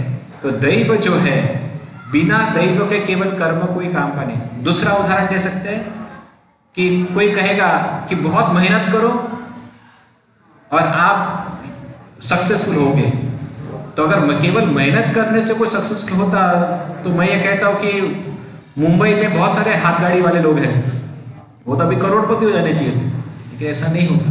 दैव वो भी आवश्यक होता है। दूसरा सिद्धांत जो श्री कृष्ण ने यहाँ पर प्रस्तुत किया, मनुष्य का बद्ध स्वभाव उसका परम नियंता है, मतलब जैसा मनुष्य का स्वभाव रहेगा उसी के अनुसार वो कर्म करेगा, और जैसा वो कर्म करेगा वैसा फल उसको मिलेगा। मतलब इन वन सेंस मनुष्य का भविष्य उसके स्वभाव पर निर्भर है। ऐसा श्री कृष्ण ने प्रस्तुतिकरण किया था। ये ठीक भी और गलत भी है, ये कि मनुष्य का गलत इसलिए कि उसका स्वभाव तो बदलता रहता है, इंसान है वो। आज जैसा स्वभाव है उसका वो वैसा स्वभाव तो रहता नहीं है, तो वैसा फल भी बदलता है उसके अनुसार। तो एक तरह से यदि हम खंडन करेंगे तो ऐसा करेंगे, और ठीक है तो वो भी ठीक है, क्योंकि जैसा स्वभाव तुम्हारा एक बन जाता है बचपन से किसी चीज के लिए, तो वो एवरलास्टिंग का रहता ही है, वो नजर में आता ही नहीं। तो बदलता तो है ना। हाँ, तो जब बदलता है तो सब कुछ स्वभाव पर डिपेंड नहीं है। नहीं है। हाँ, तो आपने खंडन कर दिया, तो देखो आप इतने इंटेलिजेंट है कि आपने कृष्ण का खंडन किया। अरे बोल। तो तीसरा पॉइंट, प्रकृति के गुण सर्वोच्च नियंता है, मतलब प्रकृति जो है सत्वगुण, रजोगुण और तमोगुण ये सर्वोच्च नियंता है। क्या ये सच है? गलत है। क्यों गलत है? क्योंकि ये जो तीन गुण आपने बताया तमोगुण ये हम में भी है, प्रकृति में जैसे ये तीन गुण ये हम में भी है। जब ये दोनों का मिक्सचर होगा तब नहीं। ओके, क्यों गलत है ये? प्रकृति के तीन गुण सर्वोच्च नियंता क्यों नहीं है? क्योंकि ये तीनों गुण जो है वो निर्जीव है। निर्जीव इन द सेंस ये किसी के द्वारा नियंत्रित होते हैं, ये स्वयं स्वतंत्रता से कार्य नहीं कर सकते। प्रकृति के तीन गुण जो है उसके नियंता है। सत्वगुण के नियंता कौन है? विष्णु। रजोगुण के नियंता ब्रह्मा जी। तमोगुण के नियंता शिव जी। तो वो अगर चाहे तो अपने इस नियंत्रण को बदल भी सकते हैं। तो हर चीज मतलब ये प्रकृति के गुण ही सर्वोच्च नियंता नहीं है, इस प्रकृति गुणों के भी नियंता कोई है जो यहाँ पर वो प्रस्तुत नहीं करते। चौथा सिद्धांत जो कृष्ण भगवान ने डाला वो था, भगवान कर्म के आश्रित पक्ष के रूप में है, मतलब जैसा कर्म करेगा भगवान को वैसा फल देना ही होगा। मतलब अगर तुमने कर्म नहीं किया तो भगवान फल नहीं दे सकता। रॉन्ग है। भगवान तब भी फल दे सकते हैं, जैसा आपने पहले भी कहा था कि भगवान की इच्छा हो गई तो किसी को भी वो भगवत धाम ले जा सकते हैं, और आप कितने भी साल भक्ति करो लेकिन भगवान की इच्छा नहीं होगी तो आप तब भी नहीं जा सकते। जितना भी पढ़ा लिखा हो जरूरी नहीं है वही एक वो बने, कोई अनपढ़ गंवार को भी मिल जाएगी। हाँ, सही बात है। पांचवा, वे कर्म नियंत्रण के अधीन हैं। वे मतलब कौन? भगवान। भगवान भी कर्म नियंत्रण के अधीन है। मतलब यदि कोई व्यक्ति कर्म नहीं करता या कर्म करता है, जैसे उदाहरण के लिए अगर उस विशिष्ट व्यक्ति के नसीब में वो फल है तो ही देवता उसे दे सकते हैं, अन्यथा नहीं दे सकते। गलत है ना? तो अगर चाहे तो दे सकते हैं, लेकिन यहाँ पे उसके विरुद्ध हम बोल सकते हैं। छठवां और आखिरी सिद्धांत जो प्रस्तुत किया गया, मनुष्य की वृत्ति ही वास्तविक आराध्य देव है। मतलब तुम्हारा स्वभाव ही, या सॉरी वृत्ति का अर्थ है यहाँ पे तुम्हारा ऑक्यूपेशन। जैसा हमने वो औजारों का उदाहरण लिया था, आपकी जो प्रवृत्ति है, वृत्ति है, वही तुम्हारा आराध्य देव है। अगर तुम रास्ते में झाड़ू मारने वाला आदमी है तो तुम्हारा आराध्य देव झाड़ू हो गया, क्योंकि उससे तुम्हारी उपजीविका आती है। उसका मालिक खुद हो गया। तो इसीलिए ये भी गलत सिद्धांत है। तो इस पूरे आर्ग्यूमेंट में भगवान श्री कृष्ण ने 6 आर्ग्यूमेंट डाले, लेकिन ये 6 के 6 आर्ग्यूमेंट कर्मवाद या कर्म मीमांसा फिलोसॉफी प्रस्तुत करता है, और हमने आसानी से इस कर्म मीमांसा तत्वज्ञान का खंडन कर दिया, ठीक है ना। सो दैट मीन्स अगर आपके सामने कल कोई आता है कर्मवाद को लेकर, तो आप आसानी से इस विषय को जानने का उसका खंडन कर सकते हैं। आगे प्रभुपाद तात्पर्य बताते हैं, भगवान ने इन तर्कों को सबों के समक्ष इसलिए नहीं प्रस्तुत किया कि वे उनमें विश्वास करते हैं, अपितु इसलिए कि वे इंद्र के आसन्न यज्ञ को रोककर उन्हें गोवर्धन पर्वत स्वरूप स्वयं की ओर मोड़ना चाहते थे। इस तरह से भगवान ने उस मिथ्या अभिमानी देवता को उद्वेलित करना चाहा। तो भगवान श्री कृष्ण ऐसा नहीं कि ये सारा सिद्धांत भगवान कह रहे मतलब भगवान इससे सहमत है, वे केवल इसलिए कर रहे थे ताकि वो इंद्र को विचलित कर सके और ब्रजवासियों को अपनी तरफ मोड़ सके। समझ में? आगे फिर जब सब लोग मान गए, सारे के सारे भागे ब्रजवासी सब मान गए, नंद महाराज भी मान गए, वहां पे उपस्थित जो वरिष्ठ पंडित लोग थे वो भी मान गए कि अरे कृष्ण सही कह रहे हैं।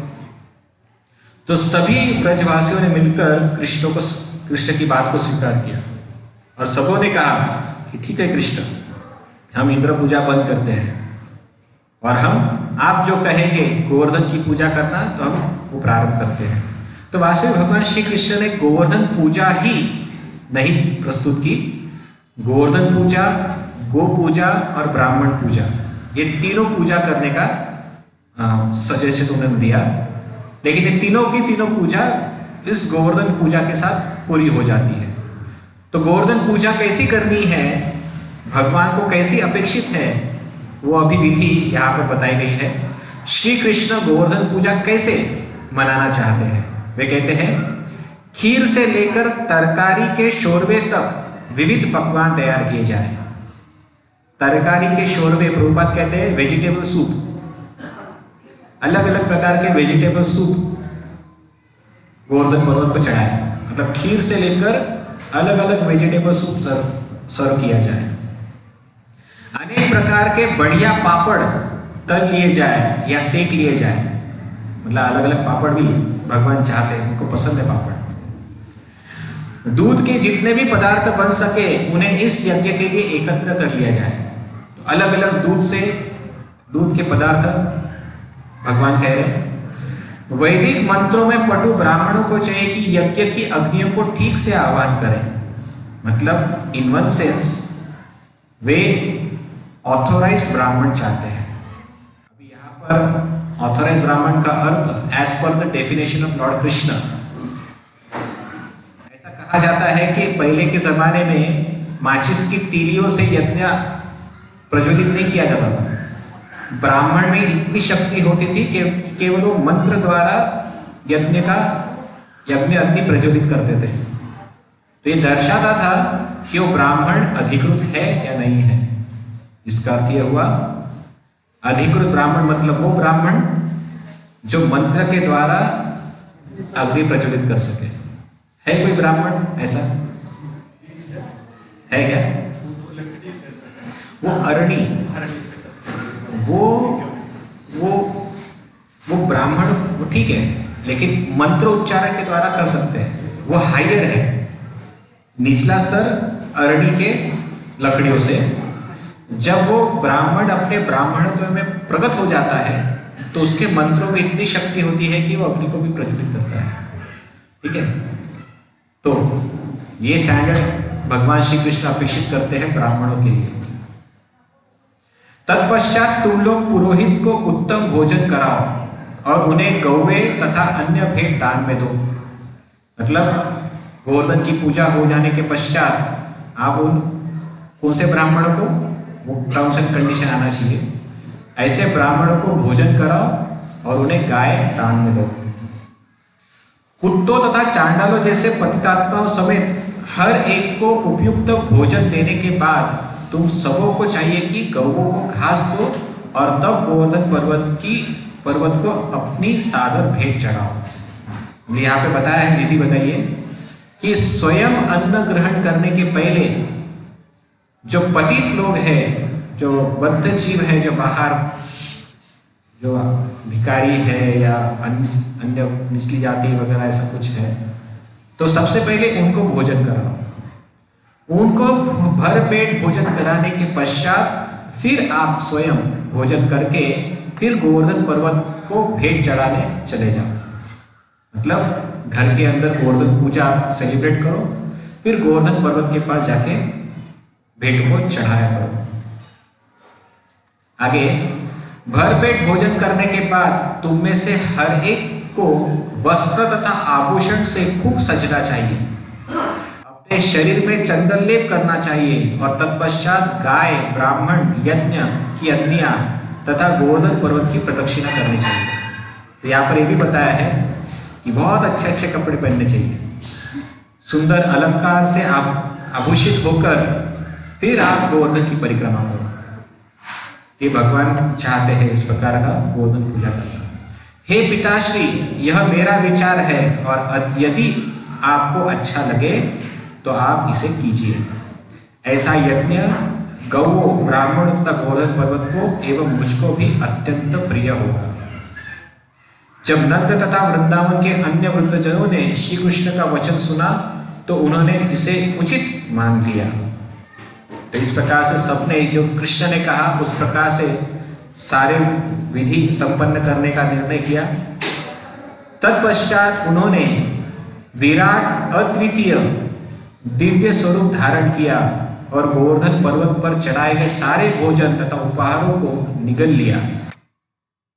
ऐसा करते समय उन्होंने घोषणा की कि यद्यपि आज तक ग्वाल जाति ने इंद्र की पूजा की है, किंतु वह साकार होकर कभी प्रकट नहीं हुआ, जबकि गोवर्धन ने उनकी आंखों के समक्ष प्रकट होकर उनके द्वारा चढ़ाया गया सारा भोजन खा लिया।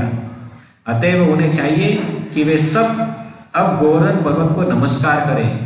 तत्पश्चात उन्होंने अपने द्वारा धारण किए गए नवीन स्वरूप को ग्वालों के साथ मिलकर नमस्कार किया। अभी ये कृष्ण का एक और फाइनल कहते ना ब्लो था इंद्र पूजा बंद करने के लिए। हो सकता है कि उनमें से जो कुछ ग्वाल बाल थे वो सोचेंगे कि अरे हम ये पर्वत की क्यों पूजा करें, पर्वत कहाँ देव होता है। तो ऐसे जो ग्वाले थे या व्रजवासी थे जिन्हें लगता था कि पर्वत की पूजा से अच्छा इंद्र की पूजा ही ठीक थी, तो श्री कृष्ण ने क्या किया, अपना ही एक विराट स्वरूप या विस्तारित स्वरूप प्रदर्शित किया जो गोवर्धन पर्वत के रूप में प्रकट हो गया। सब लोगों ने देखा कि अरे कृष्ण जैसा ही दिखने वाला गोवर्धन पर्वत ने मनुष्य का रूप धारण किया है और वो जो भी उसको भेंट चढ़ाया गया था गोवर्धन को वो सब खाया है। तो श्री कृष्ण ने फिर सबसे कहा, देखो देखो क्या तुम्हारा इंद्र कभी तुमने यज्ञ में आहुति दी हुई चीजों को खाने के लिए आया था? ये देखो ये गोवर्धन पर्वत साक्षात यहाँ पर तुम्हारा भोग स्वीकार करने आया है। ये दर्शाता है कि ये पूजा अधिकृत पूजा है, क्योंकि गोवर्धन पर्वत स्वयं आकर तुम्हारी भेंट स्वीकार कर रहा है। तो जब ब्रजवासियों ने ये सब देखा तो सब खुश हो गए। ये बात सच है, इंद्र को हमने अभी तक इतनी भेंट चढ़ाई लेकिन कभी इंद्र स्वयं आया नहीं खाने के लिए, और हमने गोवर्धन को भेंट चढ़ाई तो गोवर्धन स्वयं आ गए खाने के लिए। तो बेचारे ब्रजवासी सब भोले भाले लोग थे, तो कृष्ण की हर बात को स्वीकार कर लेते थे।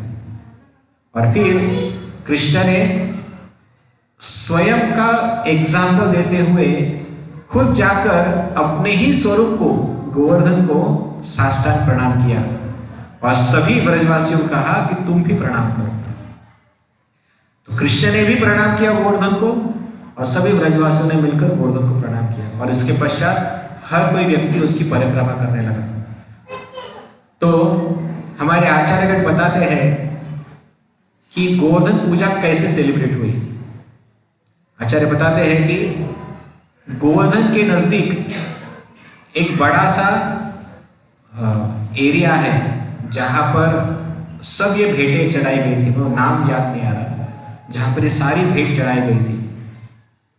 और जब भगवान श्री कृष्ण गोवर्धन के रूप में प्रकट हुए तो उन्होंने देखा चावलों का दूसरा पर्वत तैयार हो गया था, चावल का, दाल का तालाब बन गया था, खीर के तालाब थे वहां पर, जलेबी के भी पर्वत बनाए गए थे, लड्डू के पर्वत थे वहां पर। तो ऐसे पर्वतों के पर्वत, तालाब के तालाब पदार्थों से भरे पड़े थे वहां पर। और जब गोवर्धन पर्वत वहां पर प्रकट हुए तो भगवान ने एक झटके में सब कुछ खा गए, मतलब सारा चावल का पर्वत खत्म हो गया, लड्डू सब खत्म हो गए। तो बेचारे सारे ब्रजवासी दुखी हो गए, उनको लगा इंद्र तो इतना सब खाता नहीं था, हमारे लिए कुछ बच जाता था, अब ये गोवर्धन तो सब कुछ खा लिया, तब क्या करना चाहिए। और इतना ही नहीं, भगवान ने वो सब खा लिया और खाने के पश्चात जोर जोर से बोलने लगे अनियोर अनियोर, मतलब और लाओ और लाओ। अभी सबने सोचा अरे इतना सब खाने के बाद अब बचा क्या है, लेकिन फिर भी जो कुछ भी उनके पास बचा था भगवान श्री कृष्ण के आदेश से वो वापस घर में गए, सब कुछ व्यंजन बनाए और वापस लेकर आए। फिर से वो बड़े बड़े पहाड़ बनाए, बड़े बड़े झील तालाब बना के तैयार कर दिए और फिर से भगवान को अर्पण किया। गोवर्धन पर्वत ने वो सब खा गए वापस और फिर से कह रहे अनियोर अनियोर। अब क्या करें, अब कैसे संतुष्ट करें गोवर्धन पर्वत को। तो फिर सब ब्रजवासी जब उनके घर का सारा राशन खत्म हो गया तो वे आजू बाजू के गांव में गए और आजू बाजू के गांव में जाकर सबसे भिक्षा मांगा, अरे हमको कुछ दो, गोवर्धन जी को देने का है। और इस बार भगवान श्री कृष्ण ने ब्रजवासियों पर दया करते हुए उनको अभी बताया कि गोवर्धन पर्वत को संतुष्ट करने का केवल एक ही उपाय है, हर पदार्थ के ऊपर तुलसी पत्र डालो। उस तुलसी पत्र का स्वीकार करके गोवर्धन पर्वत संतुष्ट हो गए। तो इस प्रकार से वो जो अनियोर मांग हो रही थी तो भगवान ने तुलसी पत्र के द्वारा गोवर्धन जी को संतुष्ट किया और फिर भगवान ने वो जो कुछ भी खाया था भगवान ने सब उनके सामने प्रस्तुत कर दिया। और फिर जो उत्सव हुआ उसका कोई तुलना नहीं, सब जगह पे बांटा जा रहा था, सब कोई अपने अपने, केवल स्वयं ही नहीं, हर किसी को बांट रहा था। तो इसीलिए अन्नकूट उत्सव में जो कुछ भी पदार्थ भगवान को हम अर्पण करते हैं वो इसी प्रकार से वितरण करना होता है। सभी को बांट दो, कोई भी ये मत सोचो कोई छोटे जाति का है, बड़े जाति का है, अमीर है, गरीब है, क्योंकि सब प्रसाद कृष्ण का है और सबको मिलना चाहिए। आपने कभी सोचा है, मैं भी कभी सोचता था कि महाराष्ट्र में ये दिवाली के समय पर ये चकली का फराळ, चिवड़ा, ये सब क्यों बनता होगा, क्या प्रयोजन होगा इसके पीछे। तो एक्चुअली ये सब गोवर्धन लीला से संबंधित था, घर पे ये सब बना के रखते थे। ये बात अलग है कि हम सब भूल गए महाराष्ट्र में रहकर, दिवाली के दूसरे दिन गोवर्धन, हाँ दिवाली के दूसरे दिन गोवर्धन, तो वास्तविक घर के अंदर ये सब बनाया जाता था इसलिए क्योंकि वो गोवर्धन पूजा से संबंधित हुआ करता था। कालांतर में हम सब भूल गए तो प्रथा याद रह गई, उसका मतलब रिचुअल पता रह गया, लेकिन स्पिरिट भूल गए किसके लिए करते थे। तो इसलिए हम भी सब दिवाली में इतना सब फराळ बनाते हैं, डब्बा भर के, जो कोई भी आता है उसको हम खिलाते हैं। तो ये इसका कनेक्शन हमारे गोवर्धन पूजा से ही है। तो ऐसा मत सोचो कि ये उत्तर भारत का कोई फेस्टिवल है, हमारा कोई संबंध नहीं है, ये हमारा भी संबंध है इससे।